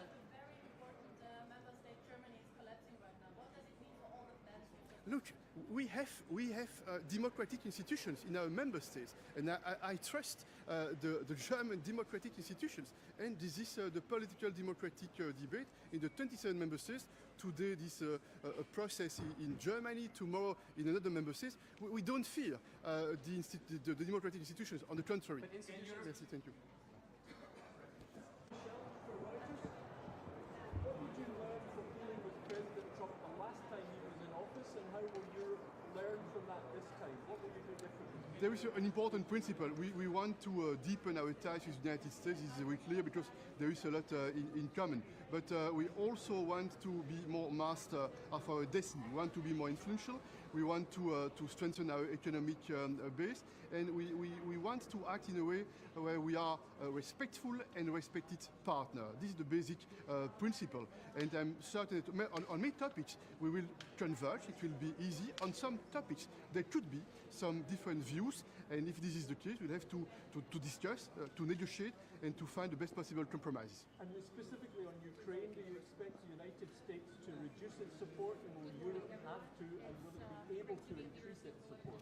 First, we have a clear position on the EU side. We want to strengthen Ukraine because we know that strengthening Ukraine is strengthening ourselves. This one first element. We also know that if we would be weak with authoritarian regimes like Russia, when they put at risk the international order, then we send a very dangerous signal of vulnerability to the rest of the world. And my final point is the following. I trust the American society. I'm certain that the American society, they know that this is in their interest, that we have to show our firmness when we engage with authoritarian regimes. Because if the United States would be weak with Russia, what would it mean for China? Thank you. One question. For the Serbian period, what is the perspective of the West Balkans to you? You know, I'm strong in favor of the Western Balkans being a member of the EU, and I hope that everyone will do his homework. On the European Union side, we have to get prepared for this enlargement, and it requires a lot of efforts in various fields. But on the side of the Western Balkan countries, they know what they have to do. They have to implement the reforms that are needed, the fight against corruption, the rule of law, and they have to resolve their disputes. And you are ready to help, to assist, but there is a clear choice. What society do you want in the Western Balkans countries? If you choose for freedoms, for democratic principles, for more prosperity, then it is very important to implement the reforms that are needed. I spent a lot of time with the leaders in those countries, engaging a lot with them, and I sincerely hope that in the weeks and months to come, some significant steps will be made in the right direction. And the right direction is the EU. Thank you.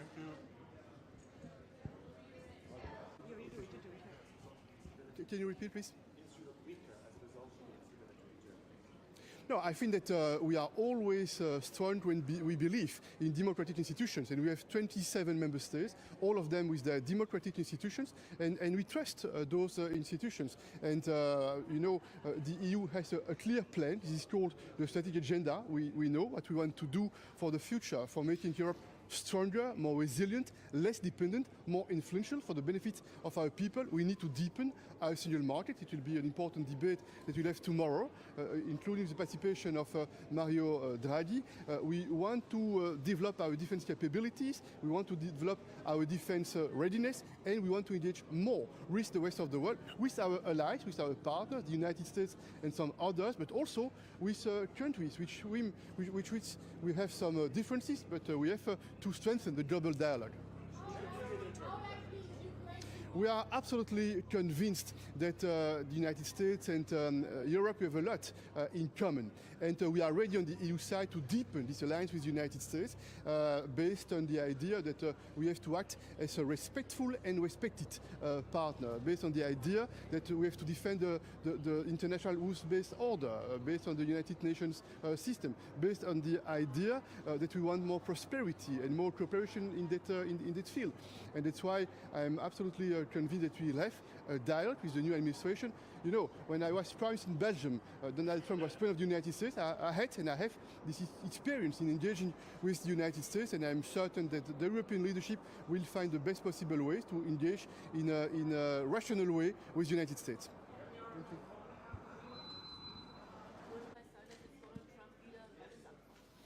Zunächst einmal ist ja heute hier in Budapest die europäische politische Gemeinschaft versammelt. Aus meiner Sicht für Österreich besonders wichtig. Warum? Weil wieder das Thema Migration ganz oben auf der Agenda steht. Österreich hat sich dafür eingesetzt. Ich werde gemeinsam mit dem britischen Premierminister jeweils eine Arbeitsgruppe zum Thema Migration leiten. Und das Thema wird hier sehr ernsthaft besprochen werden, vor allem auch mit den Staaten des Westbalkans. Die europäische politische Gemeinschaft ist ja größer als die Europäische Union.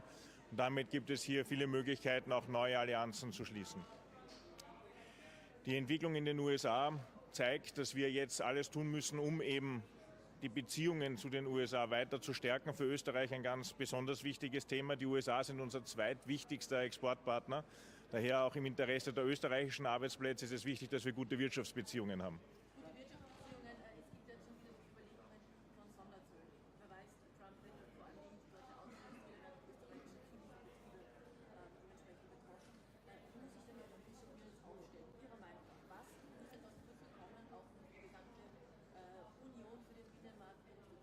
Also oberstes Ziel muss es sein, einen Wirtschaftskrieg zu verhindern.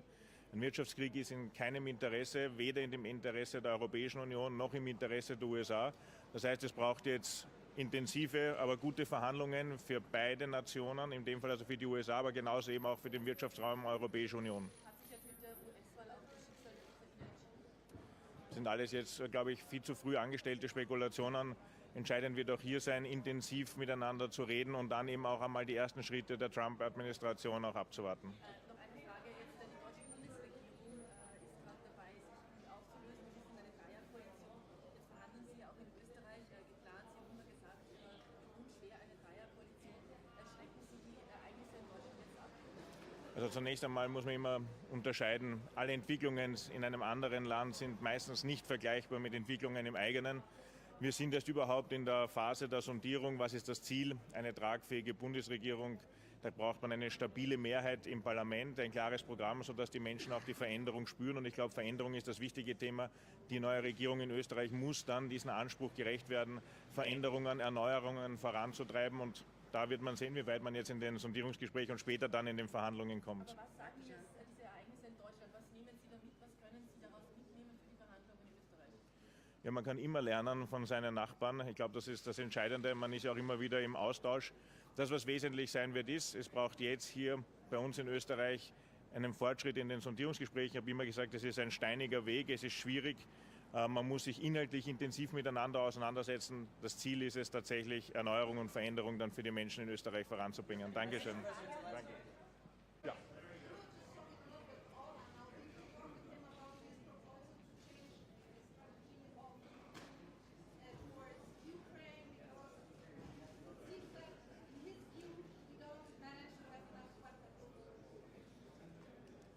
Well, we just had 30 seconds to gossip a bit, but not about these subjects. No, let me just say what is on my mind today. First of all, of course, I want to congratulate again President Trump upon his re-election. It was really a huge success for him, including capturing the House and the Senate. I look forward to work with him again. When he was president, he was the one in NATO who stimulated us to move over the 2%. And now, also thanks to him, NATO, if you take out the numbers of the US for a moment, is above the 2%. And I think very much that is his doing, his success, and we need to do more. We know this.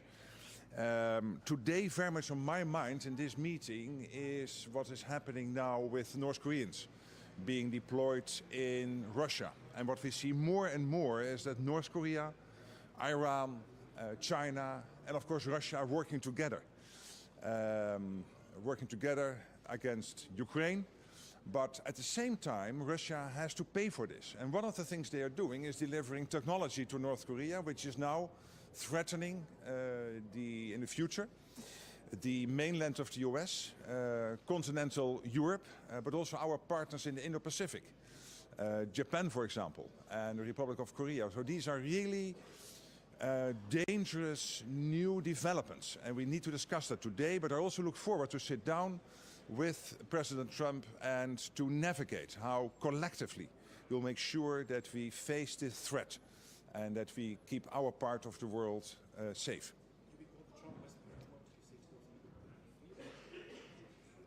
Well, the people of the United States have now elected him. He is the president. I worked very well with him for 4 years. He is extremely clear about what he wants. He understands that you have to deal with each other, to come to joint positions, and I think we can do that.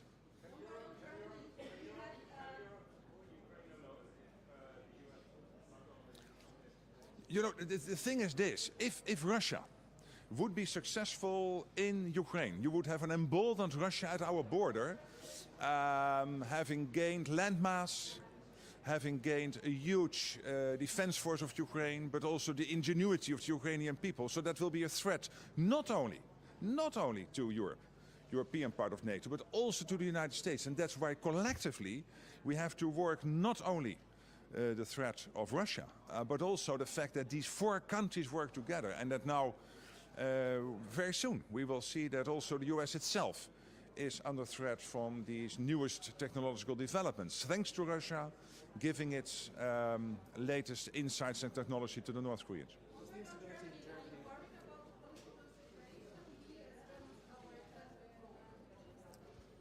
I'm sure that when it comes to defense, when it comes to foreign policy, that Germany will be able to conduct its foreign policy, fulfill its obligations in terms of defense, etc. So I'm not worried about that. Olaf Scholz is a strong leader. I know him very well. So I think he will navigate during the coming months, making sure that Germany plays its role at the world stage. Thank you.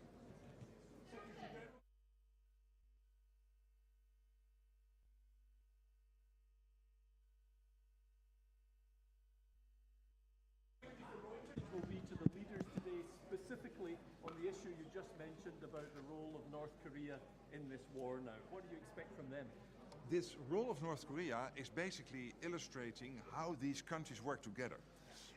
China, North Korea, Russia, and of course Iran. And this is more and more a threat not only to the European part of NATO, but also to the United States, because Russia is delivering the latest technology into North Korea in return for North Korean help with the war against Ukraine. And this is a threat not only to the European part of NATO, but also to the US mainland. And that means that the Indo-Pacific and the Euro-Atlantic, but particularly also within NATO, US, Canada, and the European part of NATO, we have to work together.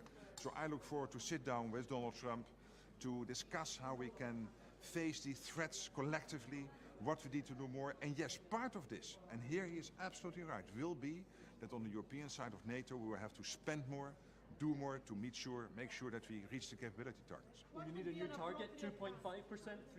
He said 3% of GDP is what NATO members should be spending. What we're currently doing, it will be much more than a 2%. I'm absolutely clear about that. Then you need to have a debate. Is this an overall target again like the 2? Or do you work from the capability targets for each of the allies, what they need to achieve? And then you might have some different percentages per country. But it is absolutely clear. He is right on this. You will not get there with the 2%. On the loan to Ukraine, Trump said he won't support it, or we don't know. Well, I'm not going now into every policy detail, but thank you so much. See you later. Morning. Good. How are you? Just a few questions. Of course. Trump has pledged tariffs of between 10 and 20% on imports. How detrimental would that be to Ireland and Ireland's economy? Well, I think a couple of things. I mean, firstly, President Trump has won the election in the United States decisively, and obviously the European Union and Ireland will now work with the democratically elected President-elect of the United States. Second point to make, I suppose, is Europe and Ireland have already worked with President Trump in his previous administration, and I think it's now important that in the days, weeks and months ahead we assess what President Trump may do versus the various policies that he has outlined. I think also, I mean, President Trump is a businessman. He is somewhat transactional, and I think he will understand that the relationship in terms of trade is a two-way relationship. It's a relationship in terms of jobs is now a two-way relationship, and whilst there are many, many jobs in Ireland as a result of US foreign direct investment, there are also now Irish jobs from Irish-owned companies in every single state in the United States of America. So I hope, and I think the purpose of today's meeting is to begin to assess the outcome of the US election. US elections are always consequential beyond their own borders, and to see how we can best prepare to deal with the new administration.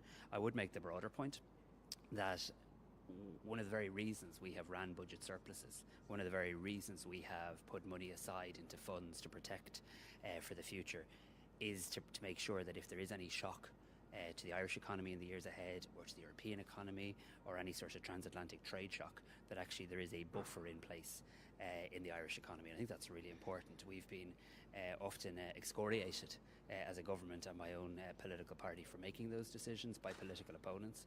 I think those decisions seem even more wise today than they did last week. And what's your concern in relation to his tax proposals, you know, the OECD? Do you think it's realistic that there could be some massive outflow of FDI back to America in terms of how much multinational companies? I don't, and we obviously need to continue to monitor all of this closely, and we do need to be aware that the risk of a transatlantic trade shock has now increased. I think that is a statement of fact, but we need to work our way through all of these things, and we need to engage with the new administration at a European level, because of course trade is at an EU level. But companies locate in countries for many reasons, not just tax. And at the end of the day, and I think President Trump will understand this as a businessman too, the European Union is a major market.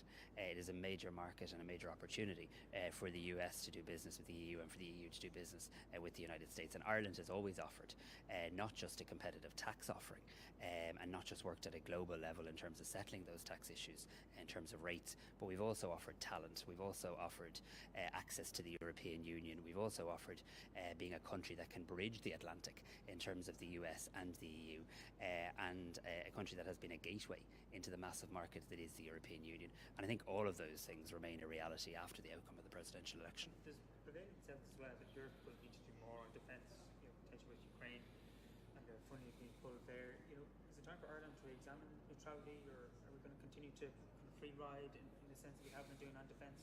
No, so I think there are two very different things. I mean, the Irish position of military neutrality is not up for discussion. There are no plans to change Ireland's military neutrality stance, but you can say that and also say the next thing, that Ireland does of course need to be aware that we're not immune to the risks that exist in Europe, to threats that exist, including cyber threats, and therefore I think the Commission on Defence did good work on that in our country. There will be a need to invest more in defence and in working on security, because just because you're militarily neutral, it doesn't mean that you're immune from those risks. I think in relation to Ukraine more broadly, and I look forward to seeing President Zelensky today, I mean, Europe has to stand with Ukraine for as long as it takes. We cannot have a situation where a country can, through aggression, through illegal war, annex people's territories. And there's been a lot of good work done in terms of the Peace Summit in Switzerland, which I attended, and other meetings to try and chart a way forward to bring peace to Ukraine. But that has to be grounded in the principles of the UN Charter. And I look forward to having an opportunity to really take stock today with around 39 leaders from across the European Union and the broader EU family, including the British Prime Minister, on these issues. And have we sought a call with President-elect Donald Trump? We have, as far as I know, and I hope to be in a position to speak to President-elect Trump and to congratulate him. I obviously issued a statement yesterday to that effect as well. Okay, we have to go. Post-Soviet countries, especially in Georgia, in Azerbaijan, which is also hosted COP29. Do you think European political community members at some point have commitments to increasing democracy standards if they are part of the European political family? Because what we saw in Azerbaijan started jail and unprecedented repression against civil society, especially against human rights defenders, against journalists. And Ireland, you have commitments to defend these communities, especially human rights. Well, my country's foreign policy has always been grounded in being pro-international law, pro-human rights, and indeed they're the principles, some of the principles in which the European Union is founded as well. I should say in relation to COP, I look forward to the Irish government being represented by our Minister for the Environment, and I would make this point. While the people of the United States have given their verdict and decided who they wish to be their president for the next 4 years, it is so important for the world that the US and that the EU remain actively engaged in major issues of global concern, most particularly the issue of climate. The world cannot press pause or go backwards on climate over the next number of years, because the climate emergency is real, the science is real, and no political ideology can trump that reality in relation to the science. Thanks, guys. Thank you. Thank you. Very happy to be here on behalf of the European Parliament at this European Political Community meeting. I'll start with a few thoughts as to what happened in the United States. We welcome the fact that Americans have voted, have chosen, and we congratulate Donald Trump on having won the election. I'd like to also focus, however, on us as Europe. I think we should move away from Europe elects and we react, but rather what are we going to do? When we say that we stand on our own 2 feet, what does that mean? When we work together, what does that mean? When we discuss strategic autonomy, that means we together, and this is a perfect moment together with our neighbourhood besides the European Union member states, to discuss a common approach on security, on defence, on Ukraine, on how we react to elections that took place in Moldova, in Georgia as we go forward on migration. I quote Donald Tusk when he said the time for geopolitical outsourcing is over, and that is one view that we fully agree with as a European Parliament.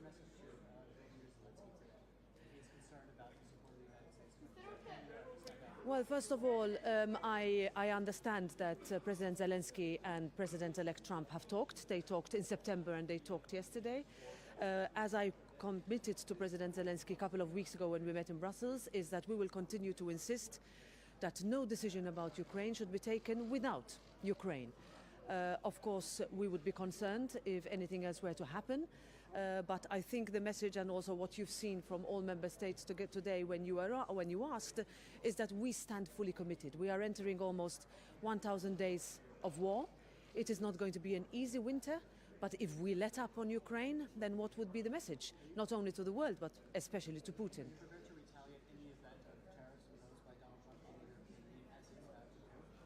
Well, on tariffs, this is where our economic reaction needs to be strong. We can no longer find ourselves in a situation where we are surprised when economic measures could be or are taken, especially when we see also what China has done in the past years. But if we see what President-elect has said during the campaign, if we see what the current administration has done, I think it's time for us, whether we talk about reaction to inflation reduction measures, whether we talk about climate measures, whether we talk about security cooperation, I think we need to be prepared. But we can only be prepared, and if you use the word retaliate, I would say react, if we are together, if all 27 are together. Do you think that the fall of the German government potentially will impact the ability to respond in a coherent and unified fashion here in Europe? Well, it's democracy. Let's wait and see what the outcome will be of the processes. It was not only that which happened, it was also Ireland that called an election yesterday, so I would not necessarily link different events with each other. However, for us, what we want is, look, without a strong Germany, we cannot have a strong Europe. And that is what we will be looking for. This is something that we have been saying for years, and it's something that we always say. German-French axis is extremely important. What Germany, France, Poland and countries getting together with Italy discuss is extremely important. This is something that we will wait and see, the outcome of the democratic choices, but it's something that we are prepared for, and I'm sure we all are.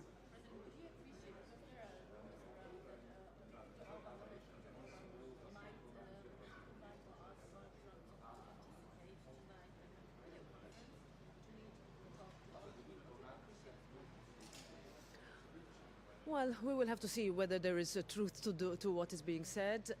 I understand that this decision has been to talk with people who have been invited already. It is not a decision for me to take, but it is also something that we need to prepare to talk to everyone. And let's hope for a very good summit today. Thank you very much. Thank you. No. Yes, very quickly. Yes.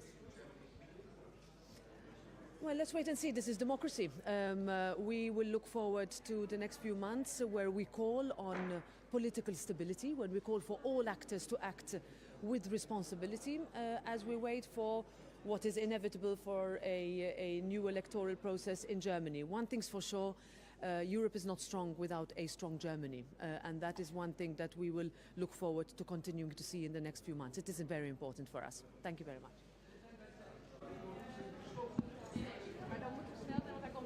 Heeft u Trump al gesproken? Nog niet gesproken, wel even contact gehad gisteren. Contact gehad, wat bedoelt u dan? We hebben met elkaar even ge-sms'd en contact met zijn team. En ik hoop hem snel te spreken. En wat was uw boodschap in die sms? Dat ik ernaar uitzie om met hem samen te werken. Dat dat heel goed ging in de 4 dat hij president was. En wat ik hem ook zal zeggen als we wat langer gesprekken hebben. 1, je had en hebt gelijk. We moeten meer uitgeven aan defensie. Aan onze kant van het bondgenootschap, de Europese kant, maar ook Canada. En 2, we moeten zelfs meer doen. Want als je nu kijkt naar Noord-Korea als voorbeeld. Hoe zij nu geïnvolveerd raken in Rusland. Dit is een direct risico. Rusland nu levering van technologie aan Noord-Korea. Waardoor Noord-Korea weer een risico wordt. Een veiligheidsrisico. Niet alleen voor ons deel van NAVO.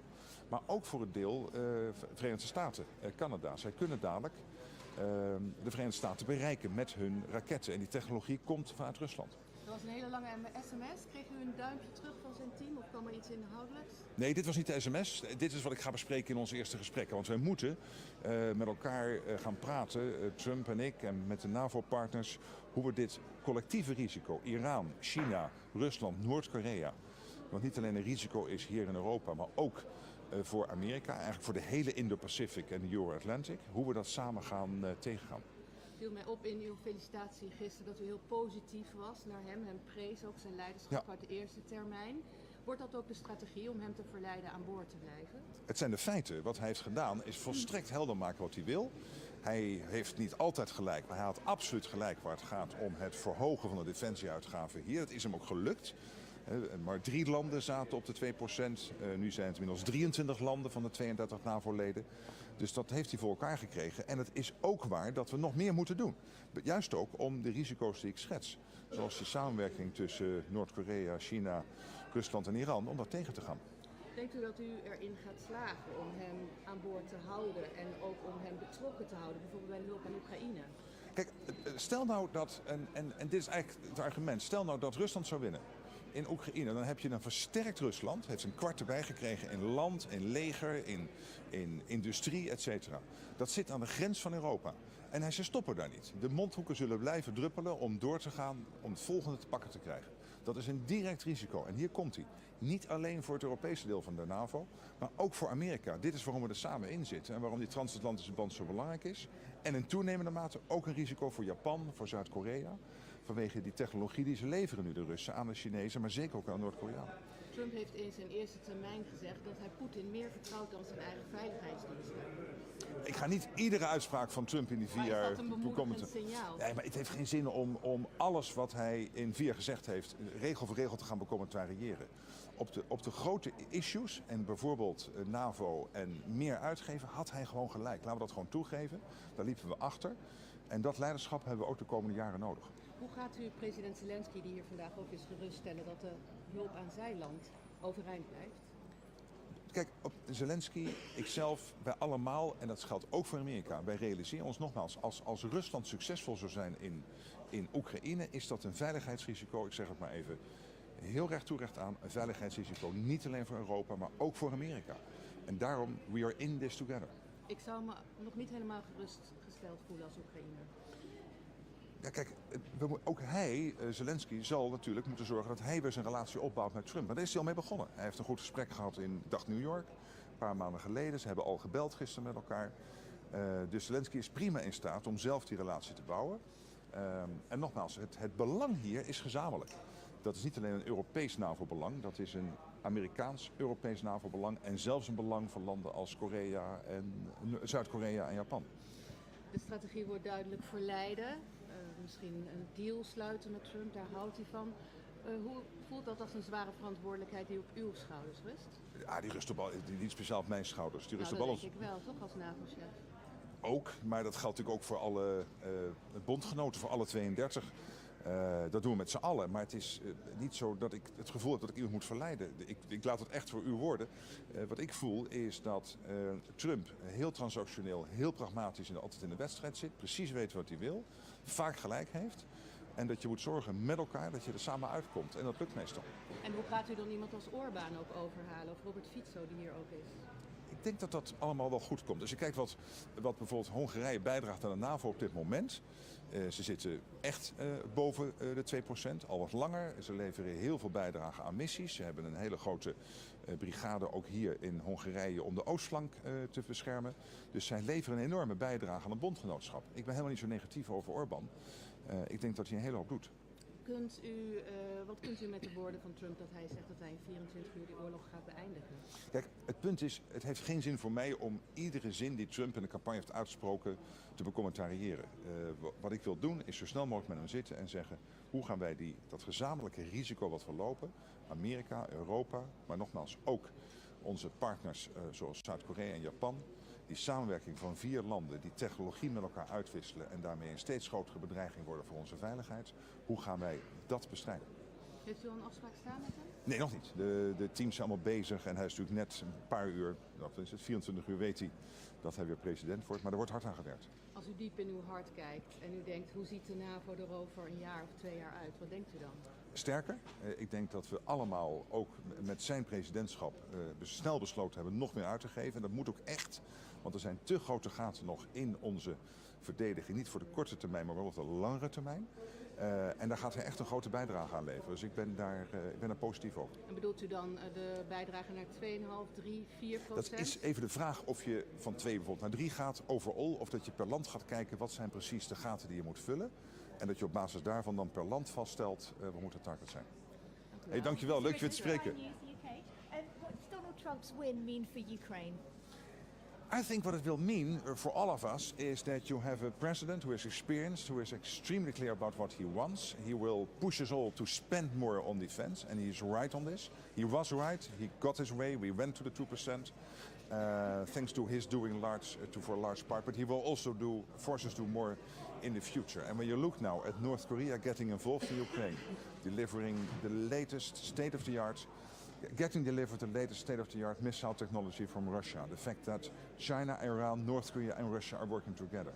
This is a threat not only to the European part of NATO, but also to the United States mainland, but also to our partners like Japan and Republic of Korea. I have to go in. Thank you. Ich meine, dat een dialoog met de Europese Unie en darüber hinaus enorm wichtig ist, wenn Wahlen in Amerika geschehen, aber auch unabhängig von den Wahlen, aber besonders nur den Wahlen noch, guckt Amerika als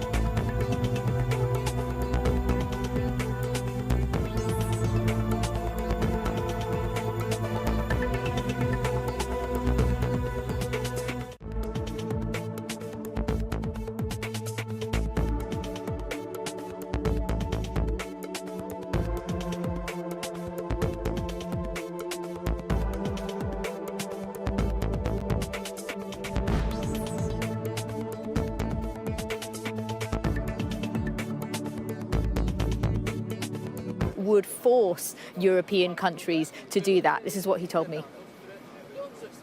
I think what it will mean for all of us is that you have a president who is experienced, who is extremely clear about what he wants. He will push us all to spend more on defense, and he's right on this. He was right, he got his way, we went to the 2%, thanks to his doing for a large part, but he will also force us to do more in the future. And when you look now at North Korea getting involved in Ukraine, delivering the latest state-of-the-art getting delivered the latest state-of-the-art missile technology from Russia. The fact that China, Iran, North Korea and Russia are working together. This is a threat not only to the European part of NATO, but also to the United States mainland, but also to our partners like Japan. So his message is pretty stark, and the Prime Minister is yet to set out how the UK will get to his campaign promise to spend 2.5% of GDP on defence. So questions all round about how Europe steps up to this big challenge. Viktor Orban, the Prime Minister of Hungary and ally and friend of Donald Trump, he's talked about champagne corks popping at the prospect of his re-election, is chairing this summit. But he is very much out on a limb there. The rest of Europe very much wanting to support Ukraine. We'll see how much of how strong they are in their support in what they say later today. Tamara joining us from Budapest. Appreciate the update. Thank you. You're watching Sky News Today. Still to come this afternoon, as the Bank of England reduces the interest rate to 4.75%, the bank's governor will give a news conference at 12:30. We'll bring it to you live.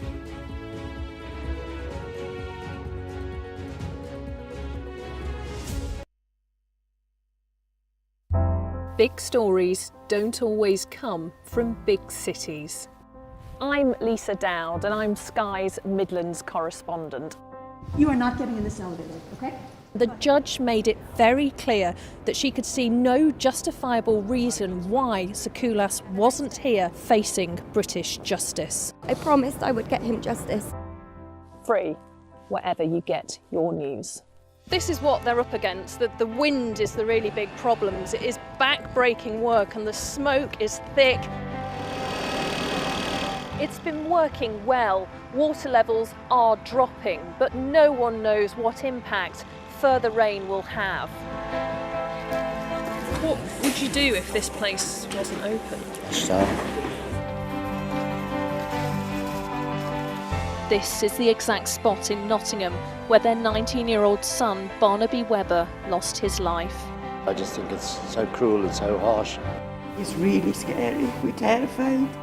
In this community, I'm told that everybody knows someone affected by COVID.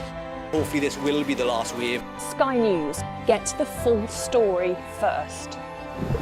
Change seems tantalisingly close in this corner of the UK. Wales was the first to introduce the plastic bag charge. It's legal to let go. Set the speed and take the hands off. It's almost driverless, but not quite.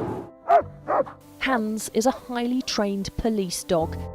The force is incredible. It's really frightening, actually. This is my patch, my specialism. It's also my home.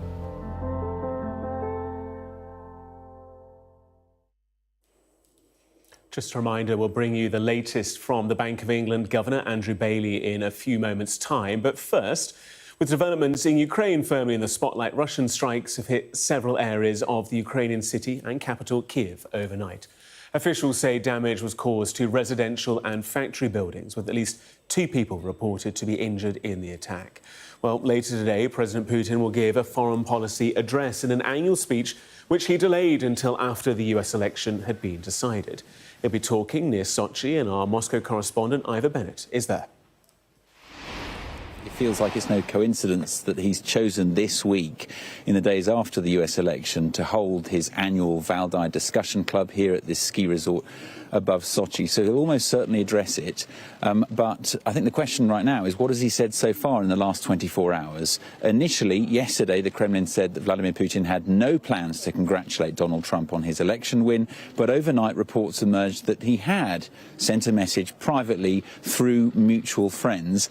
But in the last couple of hours this morning, the Kremlin, according to Russian news agencies, has denied those reports. So it's all very confusing about what Vladimir Putin has said or not to Donald Trump. The official line certainly is that the US, according to Russia, is still a hostile state. Relations are at a historic low. Those are the words of Dmitry Peskov, the Kremlin's chief spokesman, yesterday when he gave that initial reaction to the result. He downplayed the idea that Donald Trump could bring the war in Ukraine to a swift close, despite all the promises on the campaign trail. He said, "We will see." So on the face of things, they are adopting quite a guarded approach, quite cautious, apparently not expecting any sudden shift in foreign policy, despite all the words on the campaign trail. And I think there's a reason for that, and that is because the last Trump presidency didn't quite pan out how Russia had hoped. There were warm words from the start, but by the end of it, the US had imposed several rounds of sanctions on Russia, and that is something Moscow hasn't forgotten. And it was something, I think, referenced by the Ministry of Foreign Affairs here in their statement yesterday. They said Moscow has no illusions about Trump, so they know that he doesn't necessarily stick to his words. But I think given all the criticism on the campaign trail by the Trump team of US military aid to Ukraine, I think it's hard not to believe that he was the Kremlin's preferred candidate in this race, because if he does curtail the military support to Ukraine, then that puts Ukraine in a very difficult position on the battlefield. It could well force them to the negotiating table in a position of weakness and conclude with a peace deal that is in Russia's favour. That is an outcome that Ukraine, of course, and its Western allies are desperate to avoid, because it would be seen as rewarding Vladimir Putin, giving him something that he can spin as a victory over the West. But despite that potential for a positive outcome for Moscow, for now they're keeping their cards very close to their chest. Ivor Bennett for us there in Moscow. We've just had reaction in the last few minutes from the Chancellor, Rachel Reeves, in response to the Bank of England's announcement it is cutting the base rate. Let's take a listen. It's welcome news for millions of homeowners and businesses that interest rates have been cut today to 4.75%. I do, though, recognise that for many people who took out mortgages a few years ago, they're still looking at higher rates because of the spike in interest rates after the Conservative mini budget 2 years ago. And that will make it more expensive for homeowners, won't it? Because that's not going to necessarily make their mortgage payments cheaper. The news today is welcome news. The interest rates are now on a downward path, and the Bank of England governor said that the interest rates would continue gradually to come down. That's welcome news for families and business owners who have been hit by the higher cost of living and higher interest rates after the damage and the chaos that the Conservatives caused to our economy. Your own forecasters, the ABR, your budget measures add to inflation and indicate fewer rate cuts ahead. The markets are saying the same, expecting 3 cuts instead of the other one that you suggested that you were going to do 5. How much is this down to your budget, and isn't this exactly what you accuse mistrust of doing? Well, interest rates are now on a downward path, evidenced by the cut in the interest rates today by the Bank of England. And both the Office of Budget Responsibility and indeed the Bank of England forecast today shows that the economy is growing, interest rates and inflation. Let's take you live to the Bank of England now. You can see the Governor Andrew Bailey in the centre of your shot, about to give a news conference following that latest interest rate decision. Let's take a listen. Joined by Claire Lombardelli, Deputy Governor for Monetary Policy, Dave Ramsden, Deputy Governor for Markets and Banking, and the Governor, Andrew Bailey. Andrew will start with opening remarks, and then we'll have time for questions. Thank you, Katie. Inflation has been close to our 2% target for more than half a year now. And today we have been able to cut bank rate again by 0.25 percentage points to 4.75%. The best and most sustainable contribution that monetary policy can make to growth and prosperity is to ensure low and stable inflation. I'll start my remarks on recent developments and the near-term outlook for inflation, then turn to our medium-term forecast and its determinant drivers before concluding on today's monetary policy decision. Chart 1, it's just come up, shows the evolution of 12-month consumer price inflation, that's the purple line, over the past year. It's fallen a long way to an average of 2% over the past 5 months and 1.7% in the latest data, which were for September. This is 0.4 percentage points below our August projection, which is shown in orange, and around 1.5 percentage points below our projection from a year ago, which is the blue line. So the disinflationary process has progressed well, and indeed faster than we expected. Both oil and gas prices have been significantly lower than market pricing suggested a year ago. But the downside news to inflation over the year has also reflected lower than expected food, core goods and services price inflation. Since August, services inflation has fallen quite sharply to 4.9% in September, 0.6 percentage points below the projection we made in August.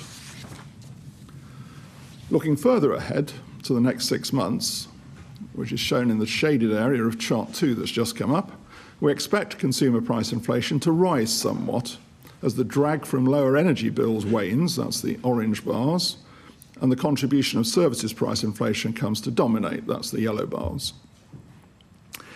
It's encouraging that we can now move forward from a lower starting point. But services and price inflation remains elevated, and recent downside news has tended to be driven by more volatile components, such as airfares and accommodation. We still need to see services price inflation come down more broadly to keep headline consumer price inflation at the 2% target. Monetary policy has been guided by the need to squeeze remaining inflationary pressures out of the economy to achieve the 2% target sustainably. We have needed restrictive monetary policy to lean against domestic second-round effects from those global inflationary shocks. We now face the question of whether the remaining domestic inflationary pressure, for instance manifest in services price inflation and pay growth, will dissipate naturally now that the global shocks initially driving up inflation have unwound, or whether achieving this disinflation will require a period of economic slack in the UK economy, Alternatively, are we experiencing sustained changes in the structure of the economy with longer-lasting effects on inflationary pressures? These have become important cases in the MPC's deliberations. As policymakers, we can think that all three cases are of relevance, albeit to different degrees. Now, the forecast that we publish in the Monetary Policy Report today is based on the second case. In the projection, second-round effects on domestic prices and wages are expected to take somewhat longer to unwind than they did to emerge. But a margin of slack emerging over the forecast period is sufficient to ensure that consumer price inflation falls back to the 2% target in the medium term. And this is shown in chart 3. The blue line is the projection for consumer price inflation, conditional on the 15-day average of the market-implied path for interest rates to the 29th of October. That's our usual convention. Headline inflation increases to around 2.75% by the second half of next year before falling back to around the 2% target over the medium term. Alongside the forecast, the committee has also considered the two alternative cases for how the persistence of inflationary pressures may evolve. In these cases, inflationary pressures may prove to be either less persistent or more persistent than in the projection. And this is set out in more detail in a box in the report. I'm now going to add some reflections on the key judgments that we've made on the outlook for inflation. Our November projection is conditioned on government policies as announced in the autumn budget. Chart 4 shows public sector net borrowing and how it is projected to change relative to the previous March projection by the Office for Budget Responsibility. In the autumn budget, the path for public sector net borrowing is higher than it was in March, but the chart on the left also shows that the difference is more pronounced in the first than in the future years. Public sector net borrowing is still projected to fall significantly over the forecast period. We provisionally expect the measures announced in the budget to boost the level of GDP by around 0.75% at their peak in a year's time. This reflects the stronger and relatively front-loaded paths for government consumption and investment, more than offsetting the impact on growth of higher taxes. Overall, fiscal policy is still expected to tighten over the forecast. But all else equal, the changes announced in the budget are expected to reduce the margin of spare capacity in the economy over the forecast period. The marginal effects on our inflation projections from the autumn budget are shown in chart 5, which has just come up. Combined, measures push up on inflation by just under 0.5 percentage point at their peak. That's the white line. The extended freeze on fuel duty pushes down on inflation over the next fiscal year, that's the orange bars. But as it is assumed to rise thereafter in line with announced government policy, fuel duty then pushes up on inflation from the second quarter of 2026. Other measures directly push up on inflation over the first year, that's the purple bars. Now, there are different ways in which the increase in employer national insurance contributions could play out in the economy. It represents an increase in the cost of employment. There are at least 4 margins of adjustment. Firms could pass on higher costs to consumer prices, or firms could absorb the increase through lower margins or higher productivity. Firms could increase wages by less, or firms could respond by reducing employment. Now, let me be clear. Public policy measures of this kind serve other objectives, and it's not for us to opine one way or the other. What we must do is respond to any consequences for inflation in order to meet our 2% target over the medium term. Now, we will get information on how the consequences for inflation evolve over time. A gradual approach to removing monetary policy restraint will help us to observe how this plays out, along with other risks to the inflation outlook. Developments in the UK labour market continue to be very important for assessing developments in inflationary pressures. There are mixed signals from the data. Wage growth remains strong relative to our models, perhaps reflecting some continuing real wage catch-up in a still relatively tight labour market. As chart 6 shows, annual growth in private sector regular pay, that's in blue on the left-hand side, has eased to 4.8% in the 3 months to August, down from a peak of just above 8% in mid-2023, and indeed in line with our expectations in August. A normalisation in inflation expectations and easing in labour market tightness have supported that moderation in pay growth. Consistent with the slowing in the official measure, a bank staff indicator model of underlying pay growth has also declined in recent quarters, pointing to underlying wage growth of around 4.8%. That's the orange line. Along with some, but not all, outside surveys and measures seen on the right, this points to a gradual but progressive move down in wage growth towards levels consistent with the 2% inflation target. The bank's agents also suggest that wage settlements could continue to come down, perhaps to around 2 to 4% next year, compared with 6 to 6.5% in 2023. And I would add that this is the story that I've heard consistently when I've joined them recently on visits to businesses in different parts of the country. But two further observations should give us cause to reflect.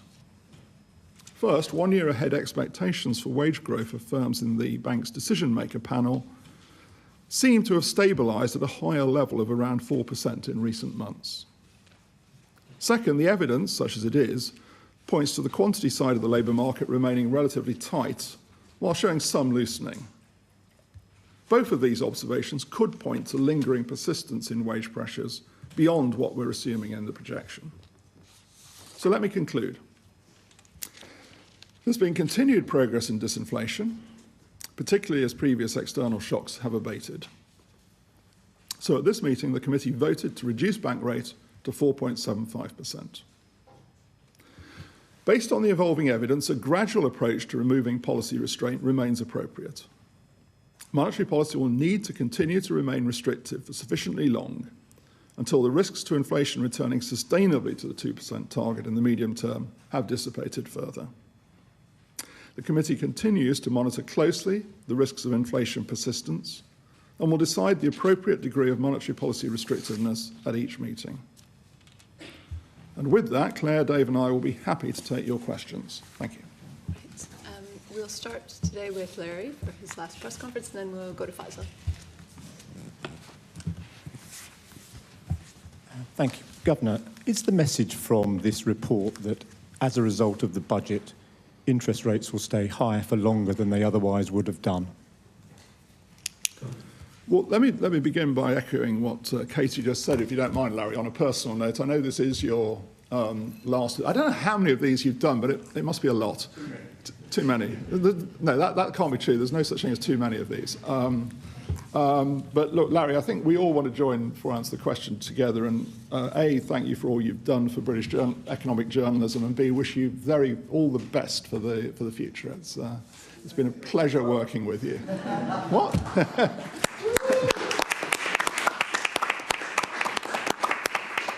And you are, of course, the first person ever to get applause in this press conference, because we will never get it.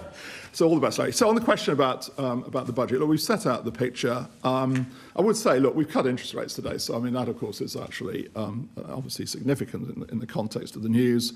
You'll see that the view we've reached, so that's the first thing I'll say. Yes, there is some upward effect on inflation, but the path of inflation, as we've set out, we think, returns to the target.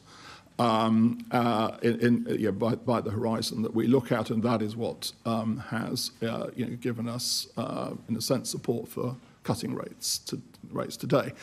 But what I would say, and I'll just re-emphasise what I said earlier, is that there's obviously a lot that we will learn about the effects of the budget as they pass through. I think it's important that we have time to do that. We all have time to do that. And so that underlines, again, the message we've given today. We'll need to see how these effects pass through. You saw I laid out quite carefully the channels through which the impact, for instance, on employment costs can work.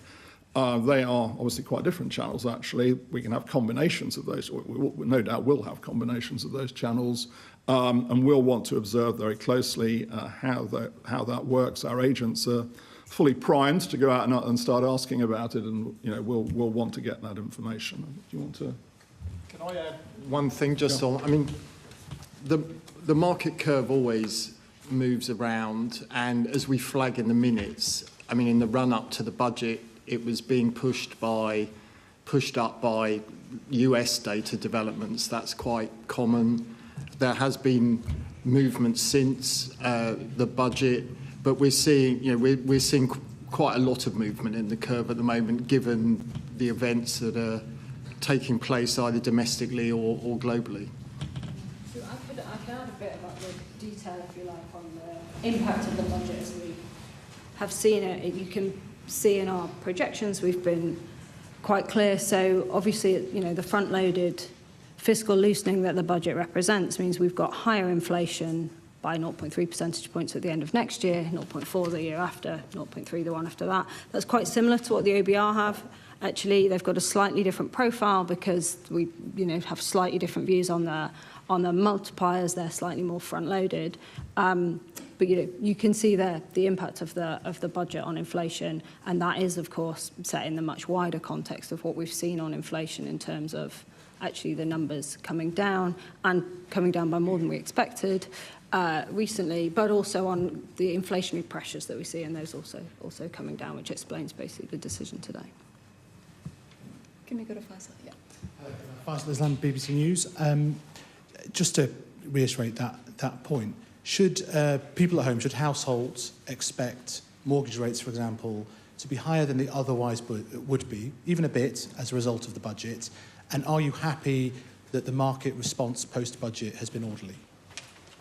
Well, I think on mortgage rates, we've actually, we've seen some reduction in mortgage rates since the August report. Obviously, we've cut rates today, so we'll see how that feeds through. But obviously, how it feeds through for most mortgages now is depends on how the curve moves, because most mortgages obviously are priced off the swap curve because they're mostly fixed rate mortgages.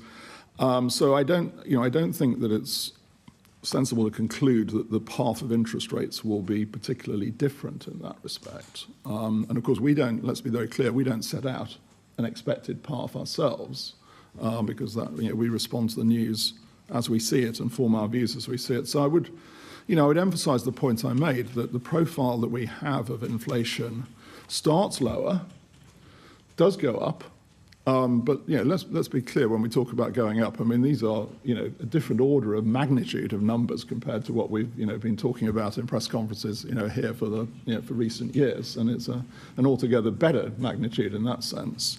But then the key point is that it comes back down to target, and we think sustainably within the forecast period.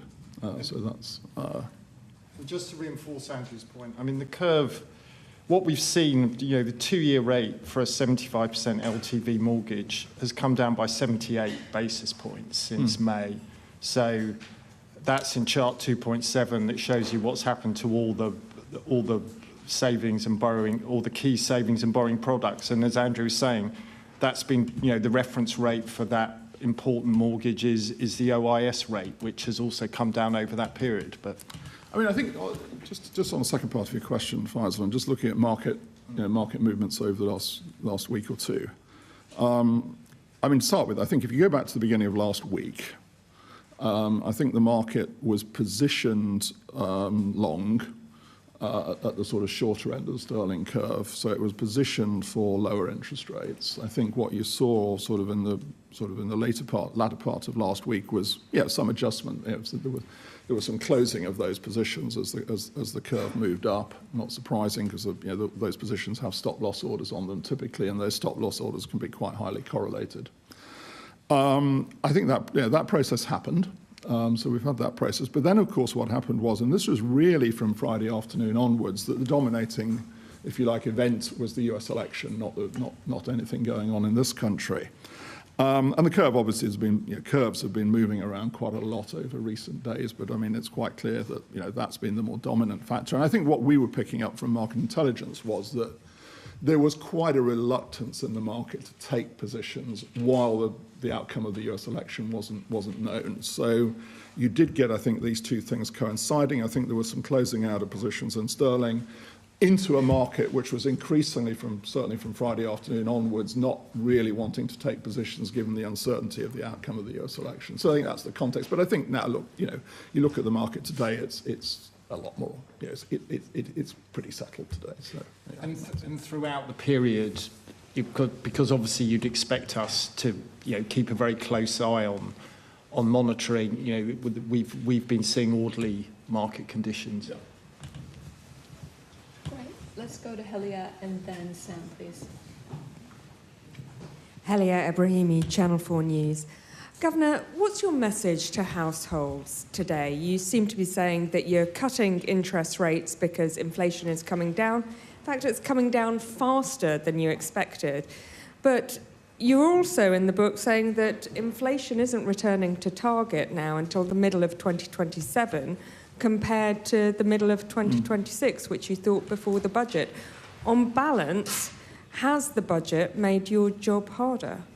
So the message let's take two parts to the message. The first part is, you said quite rightly, is, look, we've got good news. The disinflation process, as I showed in the first chart, it not only continues, but actually has been faster than we expected. And not just faster over the last year, faster since we were last here in August, and that's good.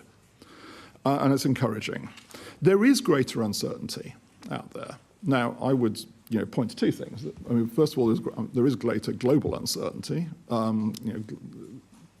without doubt.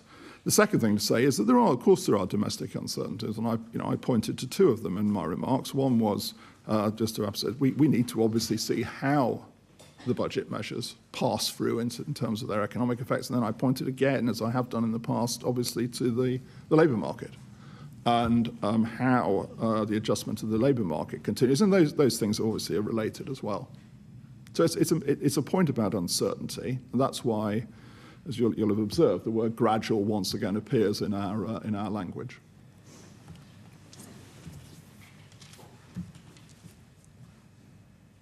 Thanks, Sam Fleming from the Financial Times. In Box D, you talk about unexplained strength in import prices in the report and its importance for inflation. In that light, could I ask you about the result of the US election and the potential for higher protectionism, trade barriers, tit for tat, retaliation around the world? How do you think about that? Sure. In terms of upside and downside risks, especially in light of yeah, I mean, I'm sure Claire wants to come in, but let me make 2 points to start with. First of all, the point we were making or are making on import prices is not at all about the US election. It's really based on an observation in the data that the relationship between world export prices and sterling and UK sterling import prices has not moved as we expected. In a sense, they've not really moved together. We've seen some divergence with stronger UK import prices than we would have expected based on world export prices, and frankly, we've adjusted our assumption to reflect the fact that we don't see any evidence of that really sort of coming to a conclusion. On the second point about the US election, can I just make this point? First of all, we always respond to announced policies, and that's true in the world, it's true in the UK, not to stories about what they might be. So we're not going to respond to anything. The second thing I'll make, just to be very clear on this, we work with all US administrations, more obviously on the financial stability side than the monetary policy side, because that's the nature of financial stability versus monetary policy. But we work with all administrations. We will look forward to working with the new US administration. We worked with the previous Trump administration. We work with the current administration, and that's our good job. I mean, that's what we do. We do it without any, if you like, sort of presumptions, and we will do that constructively. Yeah. Not much to add on the import box and the global export price, except to sort of reiterate your point that what we've done here is made a sort of change in our judgments, reflecting what we're seeing in the data, particularly. And the effect is not sort of insignificant on inflation further out. Can we go to Sue and then Joel, please? Hi, Sue Chan from The Telegraph. Just following on from Sam's question, I wouldn't dare ask you a question about policy, but just about the structure of the UK economy. How exposed is the UK economy to a potential global trade war? And given the UK exports more services as opposed to goods to countries like the US, are we more immune? Well, I mean, the UK is an open economy. That's one of the things we always say about the UK economy, and it's true. It's an open economy. Of course, many economies are open, so we're not unusual in that respect. So, look, I think we will have to watch this very, very close, as we will. We'll watch it very closely. As I said, I'm not going to make any presumptions about what will happen, because I don't think that's either A, consistent with our policy remit, or B, wise, frankly. I think let's see what happens. And there will, I'm sure, be a very open dialogue between both our government and the US administration. And I say where appropriate, just to reiterate the point, we work very closely with US administrations because it's obviously the right thing to do. And we will no doubt over time be able to get a better sense of A, what the policies are, and then B, to answer your question, how they might affect the UK economy. And of course we'll do that. But I'm just not going to, I don't think it's useful or wise to enter into sort of speculation at the moment as what they might be, because we just don't know. Joel Hills from ITV News. I have a couple of questions. We have had a significant rise in UK interest rate expectations in the last few weeks. How much of that do you assess is down to domestic UK factors, and how much of that is down to international factors, please? And you have just cut to 4.75%, a level you say is restrictive. You'll get a round of applause if you do answer this one. You are talking about gradually removing policy restraint.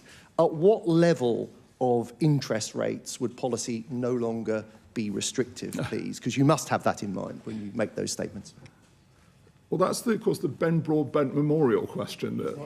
Yeah, but you're probably safe from getting the Ben Broadbent Memorial answer, where he'll talk about John Williams, the Welsh economist. So we'll save you that one. Look, to start with the interest rate point. Look, let me give you one, I think, quite interesting fact. And actually, I'll go back to, we'll take it back to sort of a couple of days ago. If you look at movements along the interest rate curve from the beginning of October to a couple of days ago, and you compare the US curve with the UK curve, they basically moved by about the same amount. Comments there from the Governor of the Bank of England, Andrew Bailey, following that announcement that the bank is going to has lowered interest rates to 4.75%. In response on the market, sterling rose 0.4% against the US dollar, 0.2% higher against the euro.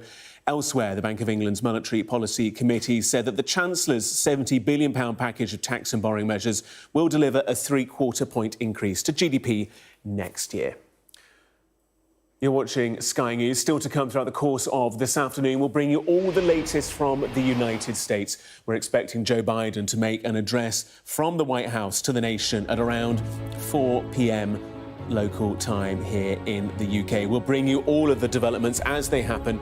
Plenty more insight, analysis and coverage on the Sky News website and the Sky News app. Stay with us, of course, for the full story first.